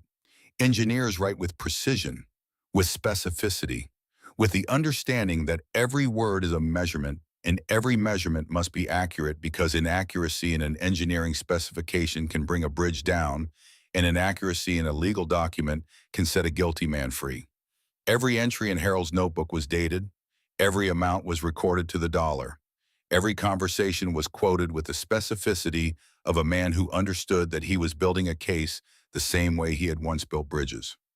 One beam at a time, one bolt at a time, one entry at a time. And the case he had built, sitting on a cot in a locked shed with a pen he had hidden in the lining of his pillow and a notebook he had smuggled inside a magazine that Travis had tossed into the shed, thinking it was just another piece of trash for the old man to look at. The case Harold Pemberton had built was stronger than any case Lenore Calloway had ever seen come across her desk.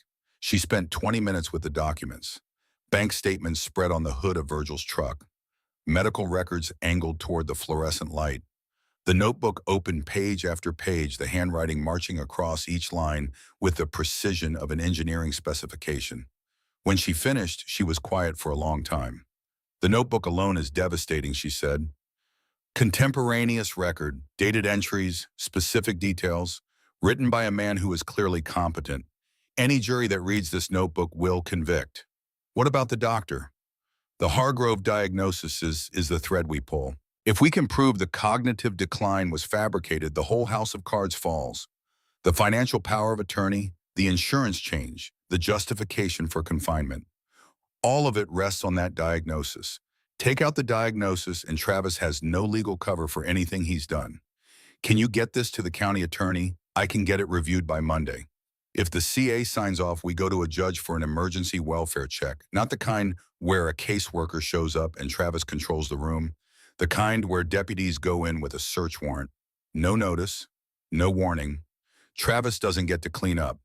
How fast after Monday? Could be days, could be a week. He's in a shed, Lenore, with 4 cans of soup and a bucket." Lenore looked at him. Her eyes were hard, but her voice was not. "I know, but if we rush this and the warrant gets challenged, Travis's attorney will tear it apart. And then Travis knows we're coming, and Harold disappears, not into a shed, into a facility somewhere Travis controls. Or worse." She didn't say what worse meant. She didn't have to. "Stay away from the house," Lenore said. "Stay away from Travis. Do not go near Harold. If Travis's attorney finds out a Hells Angels member was the catalyst for this investigation, the defense narrative writes itself. Biker gang harassment, vigilante justice, intimidation. You know what a jury hears when they hear your club's name." Garrett knew. He had spent 25 years knowing. "When it moves fast," Lenore said. "But until then, you stay invisible." Staying invisible was the hardest thing Garrett Slade had ever done. Harder than any ride. Harder than any room he had walked into, not knowing if he would walk out. Because this time there was nothing to fight. No man to face. No road to ride. Just waiting. Just trusting the system he had spent his entire adult life operating outside of to do what it was supposed to do. He sent word to Harold the only way he could. Through Earl, the mail carrier still walked the road. Garrett met him at a gas station on Ina Road and gave him 3 words written on a folded piece of paper. "Friday, stay ready." Earl looked at the paper, looked at Garrett, didn't ask a single question, just folded the paper into his shirt pocket and nodded the way a man nods when he understands that what he is holding is not a piece of paper, but a lifeline. The next morning, Earl walked his route.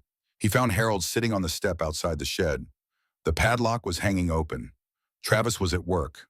The sun was pushing 106 degrees, and Harold was sitting in it because the shed was hotter inside than out. Earl handed him the paper. Harold unfolded it, read the 3 words. His hands were trembling, but his eyes were steady. He closed them, took a breath, pressed the paper against his chest. "Tell him thank you," Harold said. Earl nodded, turned, walked back to his truck. Harold sat on that step for another hour. He held the paper in his lap.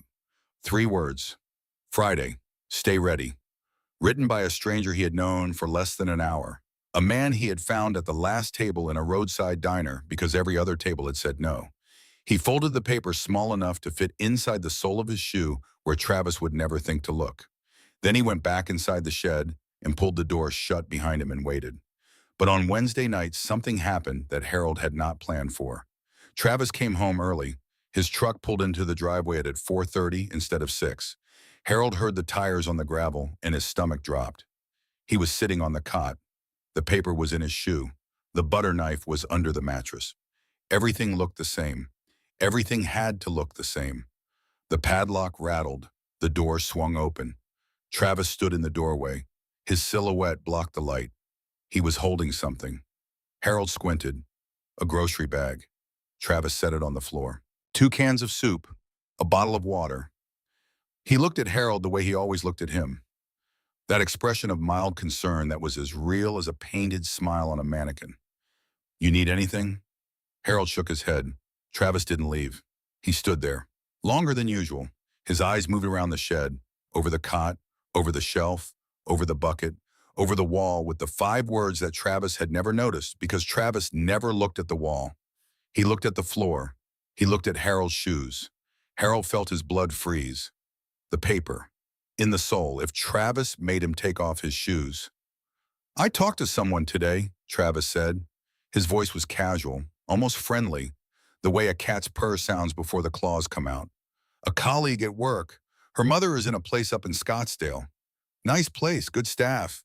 Memory care unit, they have openings." Harold said nothing. "I've been thinking about it for a while," Travis continued. "This arrangement you out here, it's not sustainable. It's not good for you. You need real care, professional care, people who are trained to handle this kind of thing." "I don't need care," Harold said. His voice was flat, controlled, every word measured. Travis tilted his head. That gesture, the one that said, "You poor, confused old man, you don't even know what you need. We'll talk about it. Get some sleep." He reached for the door, pulled it shut. The padlock clicked. That sound. Harold sat on the cot in the dark. His heart was hammering. His hands were in his lap. His heart was a drum. The paper was in his shoe. The butter knife was under the mattress. Everything was where it was supposed to be.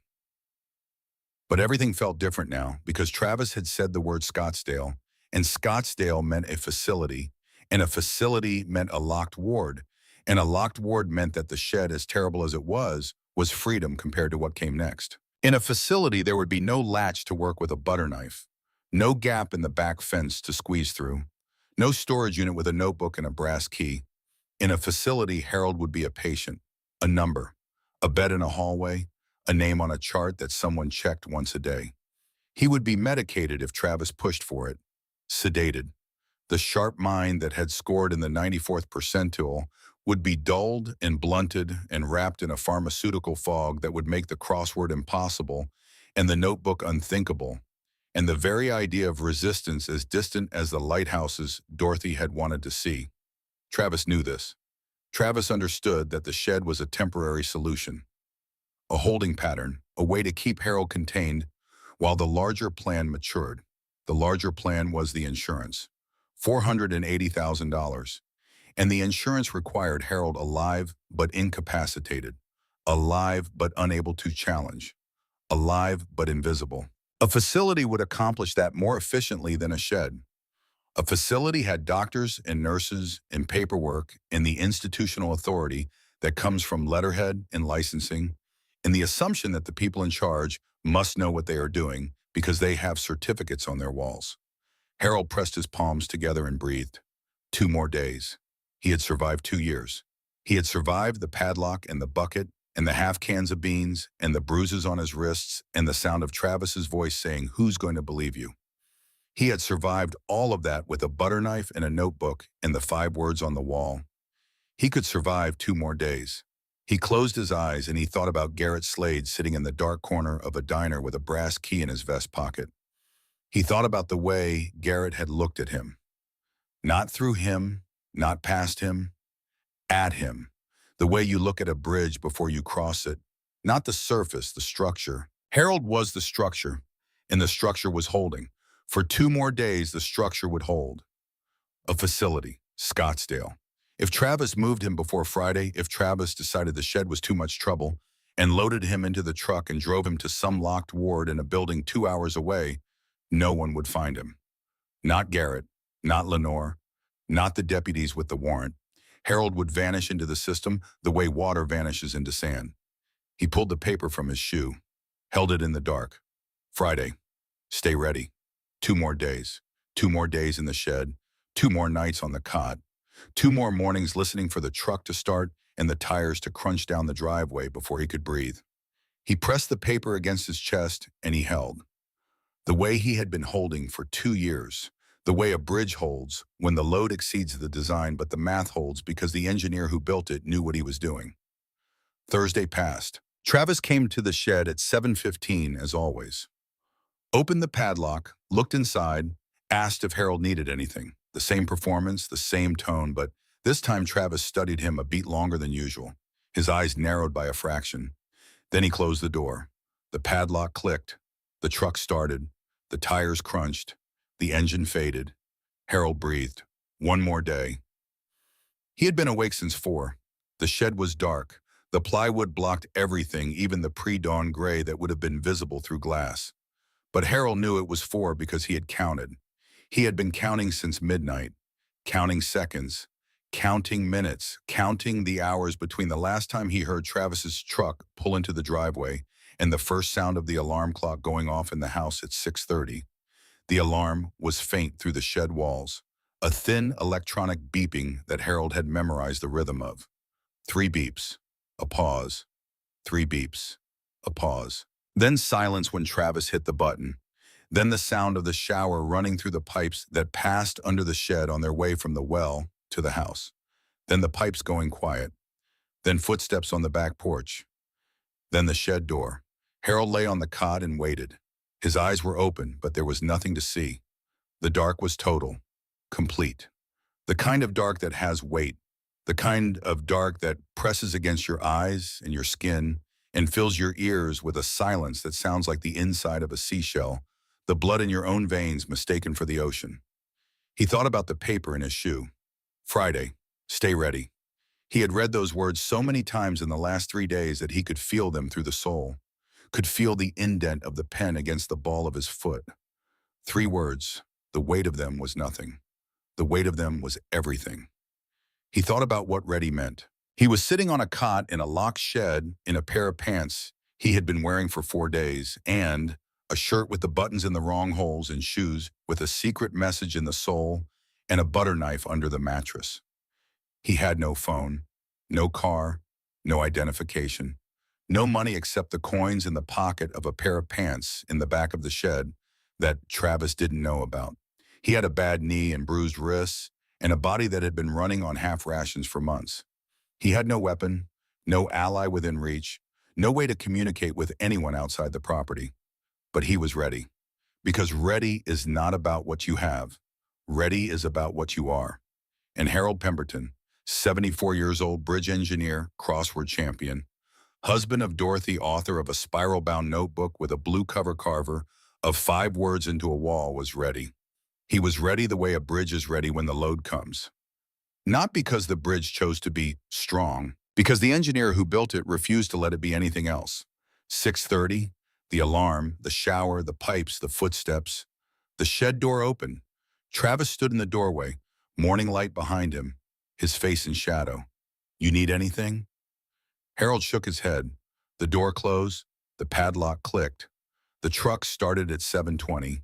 The tires crunched. The engine faded. Harold sat on the cot, his hands in his lap, his thumbs pressed together, his knee throbbing, and he counted the hours, the minutes, the seconds between now and 10 o'clock, between now and the answer, between now and freedom, or between now and the end of everything. He counted, because counting was control, and control was all he had. Friday came the way a hell breath finally releases. At 9:45, two Pima County Sheriff's cruisers turned onto the road that led to the Whitmore property. Behind them, an unmarked sedan carrying the APS caseworker and the victim's advocate from the county attorney's office. No sirens, no lights. A welfare check doesn't announce itself. Travis was at work. His office was 22 minutes away. Lenore had confirmed his schedule. He had a 10:15 meeting with a client. He would not be home. But Travis had a security camera on the front porch. A small device mounted above the door angled to capture the driveway and the walkway and anyone who came within 30 feet of the entrance. A detail he had never mentioned to Harold. A detail Harold did not know about. A detail that in 2 minutes would change everything. The deputies pulled into the driveway at 9:58. Deputy Sarah Montoya, 8 years on the force, stepped out first. Her partner, Deputy James Caldwell, 19 years, walked to the front door. The caseworker and the advocate stayed by the sedan. Caldwell knocked. No answer. Knocked again. Nothing. Montoya walked the perimeter. She found the backyard. She found the shed. She saw the padlock. Caldwell, back here. Caldwell came around the house. He looked at the padlock, looked at Montoya. That's a residential padlock on an exterior door, Montoya said. On a structure with a sealed window. Could be storage. Could be. Warrant says we open it. Caldwell radioed dispatch. Confirmed the warrant number. Confirmed authority to breach. Then he pulled bolt cutters from the cruiser and walked back to the shed. The padlock resisted for exactly 1 second. Then the jaws of the bolt cutters bit through and the lock dropped to the dirt like a dead thing. Like a small metal corpse. Montoya pulled the door open. Harold was sitting on the cot. He was holding the butter knife. The same one he had used on the latch for weeks. He was gripping it in his right hand. Not as a weapon, as a tool. The only tool he had. The thing that had opened the door when nothing else would. He looked up at the deputies. His eyes were wet. His hands were shaking. But his voice was clear. Is it Friday? Montoya felt something seize in her chest. She had been on the force 8 years. She had seen domestic violence. She had seen neglect. She had pulled children out of houses that no child should have been in. But something about those 3 words, is it Friday, spoken by a 74-year-old man sitting on a cot in a locked shed holding a butter knife. Something about the way he asked it, not with fear but with hope, broke something open inside her that she would carry for the rest of her career. Yes, sir. It's Friday. Harold closed his eyes. His shoulders dropped. The butter knife fell from his fingers and clattered on the concrete floor. He pressed both palms flat on the cot and he breathed. In and out, in and out. The way a man breathes when he has been holding for so long, he forgot what letting go felt like. My name is Harold Pemberton. I live here. This is my property. My grandson locked me in this shed. He has been doing it for 2 years. Caldwell was already photographing the interior. The cot, the thin blanket, the bucket with the ill-fitting lid, the 4 cans of soup, the sleeve of crackers, the broken space heater, the plywood screwed over the window from the outside, and on the wall, scratched into the drywall at eye level, 5 words that Caldwell photographed 3 times from 3 different angles. His hands were steady, but his jaw was tight. I am still here. Meanwhile, 22 miles away, Travis Whitmore's phone buzzed. The security camera app, motion detected, front porch. He opened the notification and saw 2 sheriff's cruisers in his driveway. His face did not change. That was the thing about Travis. His face never changed. Not when he grabbed Harold's arm the first time. Not when he signed the forged insurance documents. Not when he locked the shed door and heard the old man on the other side asking to be let out. His face was a mask he had worn so long it had fused to the bone. He stood up from his desk, told his office manager he had a family emergency, drove home at exactly the speed limit. Not faster, not slower. A man in a hurry attracts attention. Travis never attracted attention. He pulled into the driveway at 10:27. The deputies were already in the backyard. The caseworker was sitting with Harold on the back steps, a blanket around his shoulders despite the heat. The advocate was on the phone. Travis stepped out of his truck. He straightened his shirt. He walked toward them with the expression he had practiced in mirrors and perfected in living rooms, in church lobbies, in bank offices, in every room he had ever entered where the truth needed to be replaced with something more presentable. The expression of a concerned, loving, slightly overwhelmed caregiver. Officers. What's going on? Is everything okay? Is my grandfather all right? Montoya turned to face him. She studied him the way she studied everyone she encountered on a call. Not his words, his hands. His hands were at his sides, relaxed, open, the hands of a man who had nothing to hide, or the hands of a man who knew exactly how to look like he had nothing to hide. Mr. Whitmore, we're executing a welfare check pursuant to a judicial order. Can you tell me about the structure in the backyard? The shed. Of course, we converted it. My grandfather likes his space. He's always been independent. Doesn't like being in the main house all day. There was a padlock on the exterior of the door. Travis didn't blink. For the animals. Coyotes come through the neighborhood. We've had issues. Your grandfather was inside when we opened it. He likes to rest out there. He probably closed the door himself. The lock was on the outside, sir. Travis paused. 1 second. Recalculating.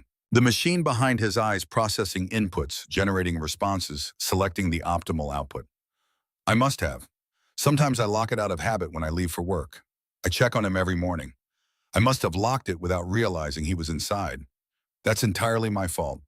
Is he okay, Smooth? Fluid. Every answer ready before the question finished. A man who had rehearsed every possible scenario the way Harold had rehearsed load-bearing calculations. Except Travis's math was built on lies. And lies have tolerances too. Push them far enough and they break. Caldwell came around the corner. His face was tight. Deputy Montoya, you need to see the interior. Montoya followed him to the shed. She looked inside. She saw the cot, the bucket, the sealed window, the words on the wall. She came back to Travis. Sir, can you explain why the window of that structure is sealed from the outside with plywood? Travis's mask flickered. Half a second. A micro-expression that most people would miss. Montoya did not miss it. She had been trained not to miss it. The glass was broken. We boarded it up. Haven't had a chance to replace it. The plywood is screwed in from the exterior. There's a cot inside, a bucket, 4 cans of food, no running water, no working heat. He has access to the house. He comes and goes. He just prefers Mr. Whitmore. Your grandfather has bruising on both wrists consistent with physical restraint. Travis's mouth opened. Nothing came out. For the first time, the script had run out. He stood in his own driveway in his pressed shirt, in his leather shoes, and his carefully constructed face, and he had nothing left to perform. I want to call my lawyer. You're not under arrest, sir, but we are transporting your grandfather to Tucson Medical Center for evaluation. He doesn't need a hospital. He's fine. He's confused sometimes, but that's what the evaluation will determine. The paramedics arrived at 10:41. Harold was sitting on the back steps when they came around the house with the stretcher. He looked at it and shook his head.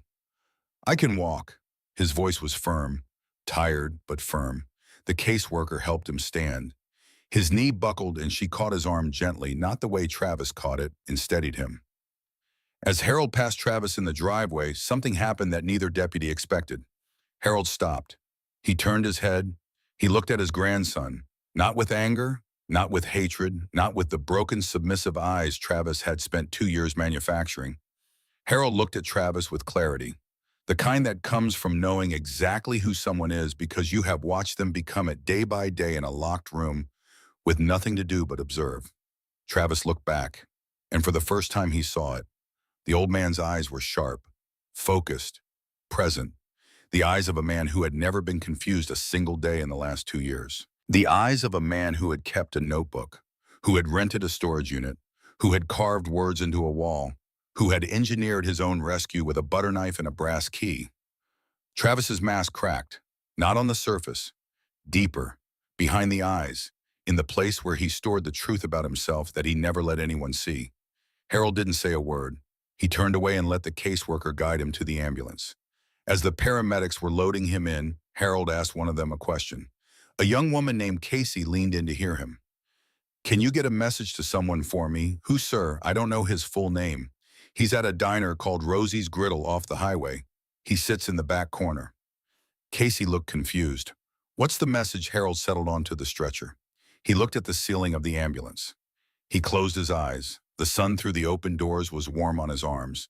Real sun, Open-air sun, not the thin slices that came through plywood cracks. Tell him I'm still here. 15 miles away, Garrett Slade was pacing in his shop. He had taken a carburetor apart, put it back together, and taken it apart again. He had gone through a pot of coffee. He had checked his phone 43 times. At 11:16 it rang. Lenore's name on the screen. He answered before the first ring finished. Tell me. Lenore's voice was different. He had known her for 6 years through Virgil. She was steady professional, controlled the kind of woman who could deliver a devastating cross-examination without raising her pulse. But right now her voice had a crack in it, a fracture running through the words. They got him out. Garrett sat down on the shop floor. His legs just gave. He sat on the concrete with his back against the workbench and his phone pressed to his ear and his free hand pressed against his eyes. How is he dehydrated? Malnourished. The knee is bad. Untreated arthritis. Probably needs surgery. Bruising on both wrists. They were running a full evaluation at TMC, and the cognitive test. Lenore paused. When she spoke again, the crack widened. Clean. Not borderline. Not ambiguous. Clean. The neurologist said he scored in the 94th percentile for his age group. 94th. A man Travis convinced the entire world was losing his mind just tested higher than most people 20 years younger. Garrett pressed his hand harder against his eyes. His chest was heaving. But he was not crying. He was doing something past crying. Something that lives in a place deeper than tears can reach. What did they find? Everything he described. The cot, the bucket, the sealed window, the cans, and the words on the wall. Garrett. The deputies photographed them. I am still here. Lenore stopped, drew a breath. There's something else. When the paramedics were loading him in, he asked them to deliver a message. He said he didn't know the man's full name. He said the man sits in the back corner of a diner called Rosie's Griddle off the highway. Garrett couldn't speak. He said to tell you I'm still here. The phone was silent for a long time. Two people breathing, not talking, just existing in the shared space of a phone call that carried more weight than either of them could hold alone. Charges, Garrett finally asked. Monday. The county attorney is reviewing everything this weekend. Elder abuse, financial exploitation, unlawful confinement, fraud. We're pushing for maximum on every count. And the doctor, Hargrove. She's next. The fabricated diagnosis is the keystone. We pull that out and everything Travis built collapses.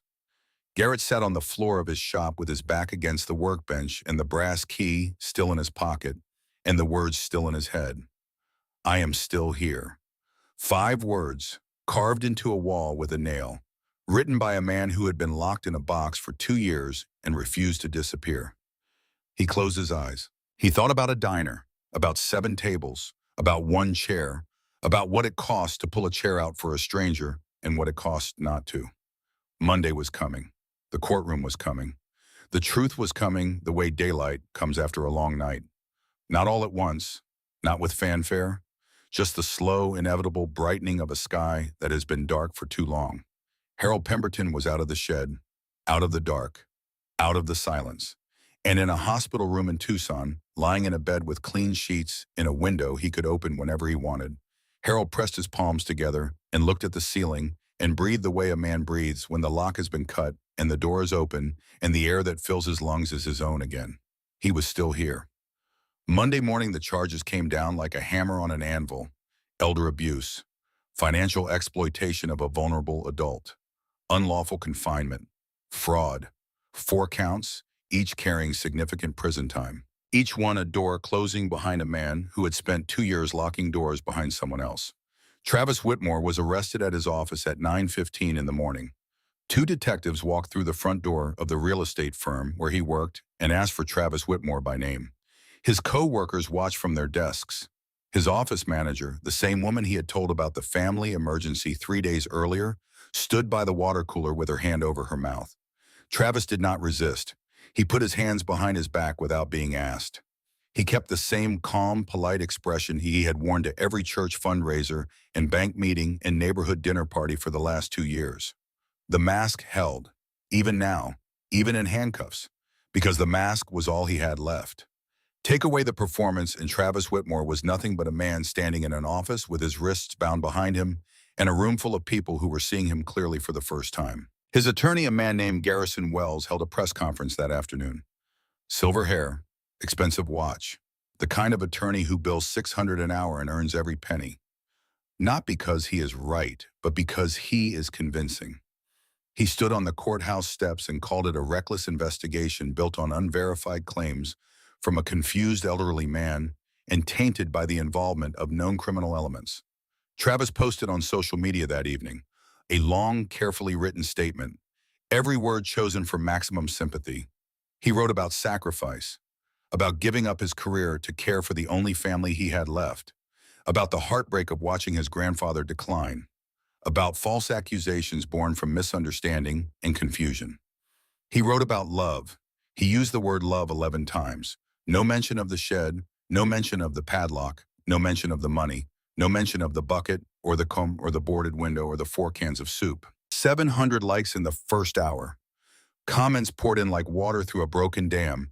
Travis is the kindest person I know. That old man doesn't know what day it is. Someone told me bikers are involved. That tells you everything you need to know. Praying for you, Travis. Stay strong. A GoFundMe launched by a friend from Travis's church raised $14,000 in 3 days. Garrett read every comment. He sat in his shop at 2 in the morning scrolling through his phone, reading every word written by people who had never seen the inside of that shed, who had never read the notebook, who had never seen the bruises or the bucket or the 5 words scratched into a wall. He wanted to post the photographs, wanted to upload every page of the notebook, wanted to put Harold's voice into the ears of every person typing prayers for Travis Whitmore. But he did not. Because Lenore had told him the courtroom was where this ended. And Garrett, for the first time in his life, trusted the courtroom. Then 1 week before trial, something happened that nobody expected. Lenore called at 8 in the morning. She didn't say hello. Hargrove flipped. Garrett sat up straight. Dr. Judith Hargrove called the county attorney's office directly this morning. She said 4 words. I want to cooperate. Why? Because we subpoenaed her records, all of them. Not just Harold's file, everything. And when her attorney saw what we were pulling, he told her the math wasn't in her favor. What did she give up? Lenore took a breath. When she spoke, her voice was the voice of a woman who had spent 14 years in prosecutorial work and thought she had seen the worst of what people do to each other. She was wrong. It's not just Harold. It was never just Harold. Hargrove has been running this for 4 years. She identifies elderly patients through free health screenings at churches, senior centers, VFW halls. She targets people who live alone or with a single family member. She builds a relationship, becomes the doctor they trust. Then she connects them with what she calls a caregiver coordinator. Travis. He moves in, takes over finances, isolates the patient, and Hargrove provides the medical cover. The cognitive decline diagnosis. The paperwork that makes everything look legal on the surface. How many? Lenore was quiet. Too quiet. Lenore. How many? 7. 7 confirmed victims. Harold was number 7. Garrett stood up. He walked to the shop door and pressed his forehead against the metal and closed his eyes. The steel was cool against his skin. The morning heat hadn't reached it yet. Did any of them? Yes. 1 word. The worst word. Clarence Munn, 83 years old, 11 months ago, found outside his home in January. The temperature that night was 24 degrees. Death certificate said natural causes. His insurance paid out 2 weeks later. $420,000. The beneficiary had been changed 9 months prior. A nephew connected to Travis through Hargrove's network. Garrett's hand was flat against the door. He could feel the metal vibrating under his palm. Or maybe that was him. The door of Clarence's house was locked, Lenore said. From the inside, he couldn't get back in. The air left the room, every molecule of it. Garrett stood with his forehead against the door and his palm pressed flat, and he felt something shift inside him that would never shift back. An 83-year-old man had frozen to death on his own property because someone locked him out of his own house in January and let the night do the rest. And it was written off as natural causes, and the insurance paid, and the world moved on. If you hadn't been sitting in that diner, Lenore said, her voice barely holding, Harold Pemberton would have been Clarence Munn. Garrett opened his eyes. He looked at the workbench, at the tools, at the brass key that still sat where he had left it the night Harold slid it across a diner table with shaking hands. "Whatever you need from me," he said. "Whatever testimony, whatever statement, whatever it costs, I'm in." "All the way. I know. You were in the moment that you pulled out that chair." The trial started on a Wednesday and the courtroom was full before the doors officially opened. Local press had taken the first 2 rows behind the prosecution table. 2 Phoenix television stations had sent crews. A reporter from the Arizona Daily Star sat in the 3rd row with a legal pad balanced on her knee and a pen that had not stopped moving since she got the tip about Hargrove's cooperation deal. The story had grown beyond a single old man in a single shed. 7 victims, a dead man named Clarence Munn, a doctor who had weaponized her medical license, a network that had been operating in plain sight for 4 years while an entire community looked the other way. And in the middle of that 3rd row, sitting where he had sat every Sunday for 20 years next to a woman named Dorothy who used to hold his hand during the sermon, Harold Pemberton took his seat. He looked different. 6 weeks had passed since the deputies cut the padlock. 6 weeks of 3 meals a day and a bed with clean sheets and a window he could open whenever he wanted. He had gained 14 pounds. The hollows in his cheeks had filled. His hair was trimmed, parted the way Dorothy had always liked it. He wore a blue button-down shirt tucked in, buttoned correctly, every button in the right hole. His hands rested in his lap, steady. The arthritis medication was working. His knee still ached, but the grinding had eased. He had walked from the parking lot to the courthouse without gripping a single chair back, without leaning on anything, without asking anyone for help. He did not look at Travis. Travis sat at the defense table in a navy suit, in a white shirt, in a tie that someone had chosen for him because Travis understood that every detail mattered. His hair was combed, his hands were folded on the table. His posture said, "I am a good man who has been wrongly accused."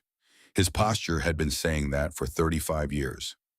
Wells sat beside him, the kind of attorney who had won cases that should have been lost, who had turned juries with tone of voice alone, who had a gift for making reasonable doubt feel like certainty.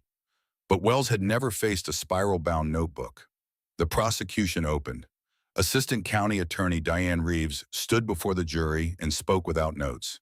She was 51 years old, had prosecuted everything from petty theft to homicide, and she had spent the last 3 weeks living inside Harold Pemberton's file until she could recite the bank statements from memory. She told the jury about a diner, about a man who walked through a glass door with a limp and a shirt buttoned wrong and asked 7 tables if he could sit down. She told them about 7 refusals. She told them about an 8th table. She did not mention Garrett by name. She did not mention the club. Lenore had advised her carefully. The jury did not need to know who sat at the 8th table. They needed to know that someone did. Then she walked them through the notebook. Entry by entry, March 12th. Travis took the checkbook, grabbed my arm. First time. She let that sit. April 19th. Travis moved me to the shed. I heard the padlock click. That sound. I will hear that sound for the rest of my life. She let that sit too. June 10th. I started working the latch with a butter knife. She paused, looked at the jury. 12 people, 8 women, 4 men, ages ranging from 28 to 71. The 71-year-old, a retired school teacher named Margaret Inman, had not blinked in 4 minutes. Harold Pemberton did not escape a shed, Reeves said. He engineered his own rescue, the same way he engineered bridges for 33 years. He identified the weak point. He applied consistent pressure, and he walked 1.5 miles on a knee that needed surgery to find help, because every system that should have helped him had already failed. She turned to the bank statements, projected them on a screen, yellow highlights, withdrawal after withdrawal, the numbers climbing like a fever chart. Total amount drained from Harold's accounts, $237,000 over 22 months. Then the insurance policy, $480,000. Beneficiary change from VFW Post to Travis James Whitmore. Then the medical records, Dr. Judith Hargrove, moderate to severe cognitive decline, and then the neurological evaluation from Tucson Medical Center, the one conducted 6 weeks ago, the one that showed Harold Pemberton scoring in the 94th percentile for his age group. The defendant didn't just steal from Harold Pemberton, Reeves said. He stole something no bank statement can measure. He stole Harold Pemberton's credibility. He made it so that when Harold tried to tell the truth, nobody believed him. He weaponized an old man's age against him. He turned Harold's dignity into a punchline. And he did it while smiling, while attending church, while coaching children, while accepting praise from a community that believed every word he said. Wells stood for the defense. He was good, more than good. He started soft, sympathetic. He painted Travis as a young man overwhelmed by responsibility, a 35-year-old who had given up everything to care for the only family he had left. My client isn't a monster. He's a young man who stepped in when no one else would. Dorothy Pemberton passed away, and Travis was the only one who showed up, not the neighbors, not the VFW friends, not the church. Travis. And yes, mistakes were made. Caregiver burnout is real. Stress is real. The pressure of watching someone you love decline is real. He leaned on the word decline. Let it breathe. Let the jury sit with it. The prosecution wants you to believe that Harold Pemberton was perfectly fine. But the reality is more complicated. Memory is unreliable. Self-assessment is unreliable. A man can score well on a cognitive test and still have episodes, still have moments. It was a good opening, smooth, polished. The words hung in the air the way expensive cologne hangs in an elevator. Present, noticeable, but underneath it, nothing. The prosecution called 14 witnesses over 3 days, each one a thread in the tapestry of Travis Whitmore's deception. Each one a person who had seen a piece of the truth but had not been able to assemble the whole picture because Travis had been careful to show each person only the piece he wanted them to see. The neighbor saw the mowed lawn and the washed car and the handsome young man waving from the driveway. The pastor saw the devoted grandson who spoke about his grandfather with reverence. The bank teller saw the concerned family member who was managing finances for an elderly relative. The VFW friends saw the caretaker who regretfully informed them that Harold was no longer up to attending trivia night. Each person saw a fragment, a facet, a carefully curated angle of a story that Travis had constructed with the precision of an architect and the patience of a spider. But in the courtroom, the fragments came together, the facets aligned, the angles converged, and what emerged was not the story Travis had told. What emerged was the story Harold had written in a spiral-bound notebook with a blue cover in handwriting so precise it looked like engineering specifications because it was. Because Harold Pemberton had documented his own imprisonment with the same rigor and attention to detail that he had applied to every bridge he had ever designed. Dates, amounts, quotes, observations. The notebook was not a diary, it was a blueprint of a crime drawn by the victim in the language of an engineer who understood that precision is the difference between a bridge that holds and a bridge that falls. The jury listened. 12 people, 8 women, 4 men, ages ranging from 28 to 71. They listened the way people listen when they realize that what they are hearing is not a story about someone else. It is a story about a system that had failed. A system that had looked at a 74-year-old man with bruises on his wrists and a story to tell, and had believed the younger voice. And every person on that jury knew in the place where conscience lives that they might have believed the younger voice too. That they might have been the neighbor who waved back at Travis, the pastor who took his word, the bank teller who processed the paperwork, the VFW friend who stopped calling. That they might have been any one of the 7 tables that said no.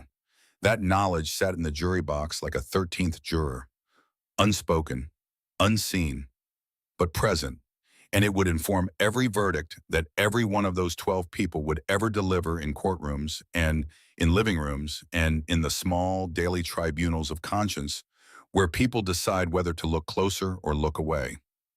The witnesses began. Patty Fulbright took the stand first. She told the jury about the day Harold leaned across the counter, about his eyes darting toward the door, about the 6 words he whispered, "This isn't right. He's taking it all." She told them she called Adult Protective Services that same afternoon. A caseworker visited 3 days later. The case was closed. The caseworker said Harold reported he was fine. Travis was in the room the entire time. Earl Buckner, the retired mail carrier. 17 years of walking past Harold's house. The morning wave, the coffee in hand, the day the waving stopped. I knocked twice. Both times Travis answered. Said Harold was resting. But Harold never rested. That man was up at 5:30 every day for as long as I knew him. Sheila Overstreet, the VFW bartender. Thursday trivia nights. The bridge builders. Harold's laugh big and rough, the kind that made other people laugh just hearing it. The Thursday he didn't show up. The phone call from Travis the next week. She tried calling Harold's number. Disconnected. She drove to the house once. Travis met her at the door. He was very polite, very kind. He said Harold was having a difficult day. I'll never forgive myself for that, Sheila told the jury. She looked at her hands. Because Travis was so convincing. He was the kind of person you trust immediately. Clean-cut, polite, concerned. He made you feel like questioning him was insulting, like you were the one being unreasonable. Witness after witness, each one a thread in the net Travis had woven around Harold's life. The pastor who stopped visiting because Travis said Harold didn't want to see anyone. The neighbor who brought a casserole and was turned away at the door. The pharmacist who had filled Harold's prescriptions for years until Travis transferred them to a mail-order pharmacy that delivered only to the house. Each witness told the same story from a different angle. A community that had watched an old man disappear and convinced themselves it was natural because Travis was there. Because Travis was polite. Because Travis made it easy to look away. Then the neurologist took the stand. Dr. Patricia Velasco, board certified, 22 years of practice. Mr. Pemberton scored in the 94th percentile for his age group across all cognitive domains: memory, executive function, language, visual spatial processing, attention. His scores were not borderline, they were exceptional. Could a man with Mr. Pemberton's cognitive profile have episodes of confusion that would justify a diagnosis of moderate to severe decline? The diagnosis in Dr. Hargrove's records is incompatible with every metric we measured. It is not a difference of opinion. It is a fabrication. Wells cross-examined. He pushed on the timeline. Suggested cognitive function could fluctuate. Suggested Harold might have performed better because he was no longer under stress. Velasco listened to each question.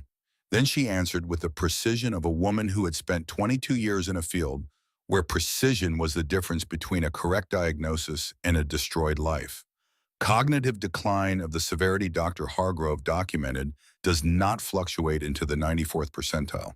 That is not how neurology works. A patient with moderate to severe decline does not complete a crossword puzzle in 9 minutes, does not recall dates and amounts from 2 years of documentation with perfect accuracy, does not maintain a contemporaneous written record that demonstrates sustained executive function over a 22-month period. The diagnosis was false. There is no clinical ambiguity. Wells sat down. He did not recross. Then Dr. Judith Hargrove was called to the stand. The courtroom shifted. Every body leaned forward. Every pen stopped moving. The Phoenix crews adjusted their cameras. The reporter from the Star turned to a fresh page. Hargrove walked to the witness box the way a woman walks when she has already decided that the weight of what she is about to say is less than the weight of what she has been carrying. She was 56 years old, gray streaks and dark hair pulled back, no jewelry, no makeup. She wore a plain black dress and she sat down and she folded her hands and she did not look at Travis. Dr. Hargrove, you entered into a cooperation agreement with the county attorney's office. Is that correct? How long have you been doing this? 4 years. And Hargrove talked. For 3 hours she talked. She described the screenings at churches and senior centers and VFW halls. How she identified patients. The ones who lived alone. The ones with limited family. The ones whose isolation made them invisible. She described the relationship building, the trust, the slow, careful process of becoming the doctor they relied on, the voice they believed, the authority they deferred to. She described Travis, how she had connected him with patient after patient, how he moved in, how he took over, how she provided the paperwork, the diagnosis, the medical justification that made everything look legal on the surface. 7 victims. 7 elderly men and women who had been targeted, diagnosed, isolated, and drained. Some were still alive. Some were in facilities where they had been placed by the very people who were robbing them. And one of them was dead. Tell the jury about Clarence Munn. Hargrove closed her eyes. When she opened them, they were wet. Clarence was 83. He lived alone in a house off Tanque Verde. His wife died in 2019. He had 1 nephew. The nephew was connected to Travis through me. I diagnosed Clarence with cognitive decline in March of the previous year. The nephew moved in. The same pattern. Finances, isolation, insurance change. How did Clarence Munn die? He was found outside his home in January. The temperature was 24 degrees. He had been locked out. The door was locked from the inside. He couldn't get back in. Was this an accident? No. The courtroom was so quiet that when the reporter from the Star dropped her pen, the sound carried to every corner of the room. Dr. Hargrove, in your professional and personal assessment, was Harold Pemberton ever cognitively impaired? Hargrove turned her head. For the first time since she had taken the stand, she looked at Harold, directly at him, across the courtroom, past the attorneys and the jury and the cameras and the gallery full of people who had come to watch the truth fill a room that had been empty of it for years. Harold looked back. His hands were in his lap, his thumbs pressed together. Steady. No. Harold Pemberton was one of the sharpest patients I ever examined. I knew he was competent. I knew he understood exactly what was happening to him. I falsified the records anyway. Why? Because Travis paid me. And because I told myself it didn't matter. I told myself they were old, that they wouldn't notice, that the money was going to be inherited anyway. I told myself every lie a person that tells when they know what they're doing is wrong, and they do it anyway. She was crying now. Not the performative kind, not the kind designed for a jury, the deep kind, the kind that comes from the place where you store the things you did that you can never undo. I was wrong, and Clarence Munn is dead because I was wrong. The jury deliberated for 3 hours and 47 minutes. When they filed back in the foreman, a 46-year-old electrician named David Ruiz stood and unfolded the verdict form. Guilty, count 1. Elder abuse. Guilty, count 2. Financial exploitation of a vulnerable adult. Guilty, count 3. Unlawful confinement. Guilty, count 4. Fraud. Guilty on all counts.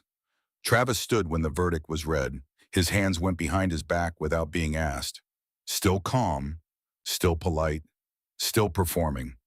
Because the performance was all he had left. As the deputies led him past the gallery, Travis looked at Harold. His mouth opened. A word formed. Maybe an apology, maybe an excuse, maybe one last performance. Harold looked back. His eyes held no hatred, no rage, no satisfaction, not even relief, just clarity. The clearest, steadiest thing in the room. The eyes of a man who had carved "I am still here" into a wall and meant every letter. Travis closed his mouth. The word died. The deputies walked him through the side door. It shut behind him with a sound that had more finality than any verdict. Not a slam, not a bang, just a click. Metal finding metal, a lock closing. The same sound Harold had heard every night for 2 years. The same sound. But now it was Travis on the other side. Sentencing came 3 weeks later.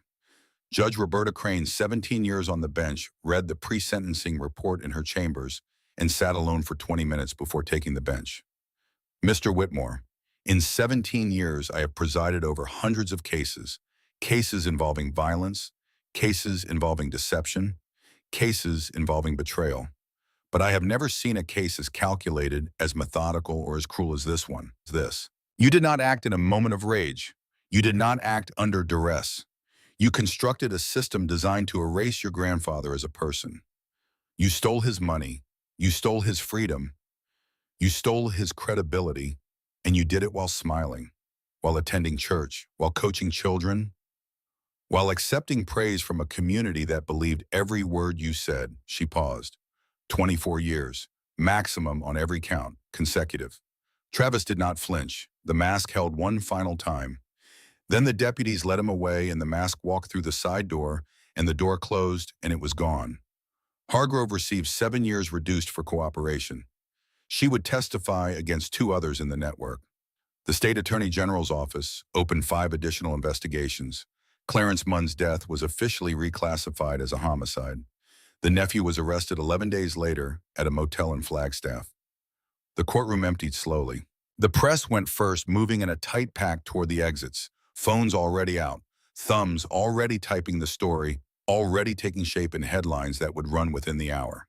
Elder abuse ring exposed. Grandfather's notebook brings down caregiver fraud network. 7 victims, 1 dead, dozens of charges. The headlines would not capture the whole truth. Headlines never do.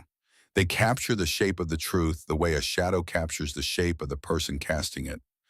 Recognizable but flat, present but empty. The truth of what had happened in this courtroom over the last 3 days was not something that could fit into a headline. It was too large and too heavy and too complicated and too human. The witnesses filed out next. Patty Fulbright walked out of the courtroom and sat on a bench in the hallway and cried for 10 minutes. Not because the verdict surprised her. Because the verdict confirmed something she had known in her bones since the day Harold leaned across the counter at First National and whispered the 6 words that had haunted her for 22 months. This isn't right. He's taking it all. She had known. She had acted. She had called Adult Protective Services. She had done the right thing. And the system had failed anyway. The caseworker had come and gone. The case had been closed. And Harold had spent another 14 months in a shed because the system believed the younger voice. Patty sat on that bench and she cried because she was thinking about all the other Harolds. All the other old men and women sitting in rooms and sheds and back bedrooms and facilities leaning across counters and whispering to bank tellers and caseworkers and doctors and neighbors, this isn't right. And being patted on the hand and dismissed and sent back to the people who were hurting them because the system believed the younger voice. And she wondered how many of them had notebooks. And she wondered how many of them had brass keys. And she wondered how many of them had found a table in a diner where someone pulled out a chair. And she knew the answer was not enough. The answer was never enough. Earl Buckner walked out of the courthouse and got into his truck and sat behind the wheel for 20 minutes without starting the engine. He was thinking about 17 years of walking past Harold's house. 17 years of the morning wave, coffee in hand. The reliable, comforting ritual of a man who believed that every day begins with a greeting and a cup in the acknowledgement that you exist and that your existence is noticed. And then the day the wave stopped. And Earl had knocked twice, and Travis had answered twice, and Earl had told himself it wasn't his business. He had told himself that for 18 months. And in those 18 months, Harold had been in a shed with a padlock and a bucket and 4 cans of soup. Earl started his truck. He drove to the hardware store. He bought a can of brass polish. He drove to Harold's house. He polished the mailbox. The name Pemberton gleamed in the late afternoon sun. It was a small thing, a thing that nobody would notice and nobody would comment on and nobody would remember. But it was the thing Earl could do. And doing something, even a small something, was better than sitting on a bench in a courthouse hallway, wondering how many times you had walked past a locked shed without knowing what was inside. Then witnesses, then the gallery row by row. Harold stayed in his seat, the 3rd row, Dorothy's row. He sat with his hands in his lap, his thumbs pressed together. Not from fear this time, not from cold, not from the habit of bracing himself against whatever came next. From relief, the quiet kind, the kind that doesn't announce itself, the kind that starts in the center of the chest and moves outward like warmth, loosening muscles you didn't know were clenched, releasing tension. You didn't know you were holding, filling spaces that had been hollow for so long, you had forgotten they were supposed to be full. He sat there until the courtroom was empty, until the lights were dimmed, until the bailiff came and asked if he was all right. I'm fine, I just need another minute. The bailiff nodded and stepped back. Harold closed his eyes. He thought about Dorothy, about the way she used to squeeze his hand during the sermon, about the pot roast on Sundays, about the way she said his name, Harry, like it was something worth keeping. He opened his eyes, he stood. His knee ached, but it held. He walked out of the courtroom and into the hallway and through the courthouse doors and into the Tucson sun.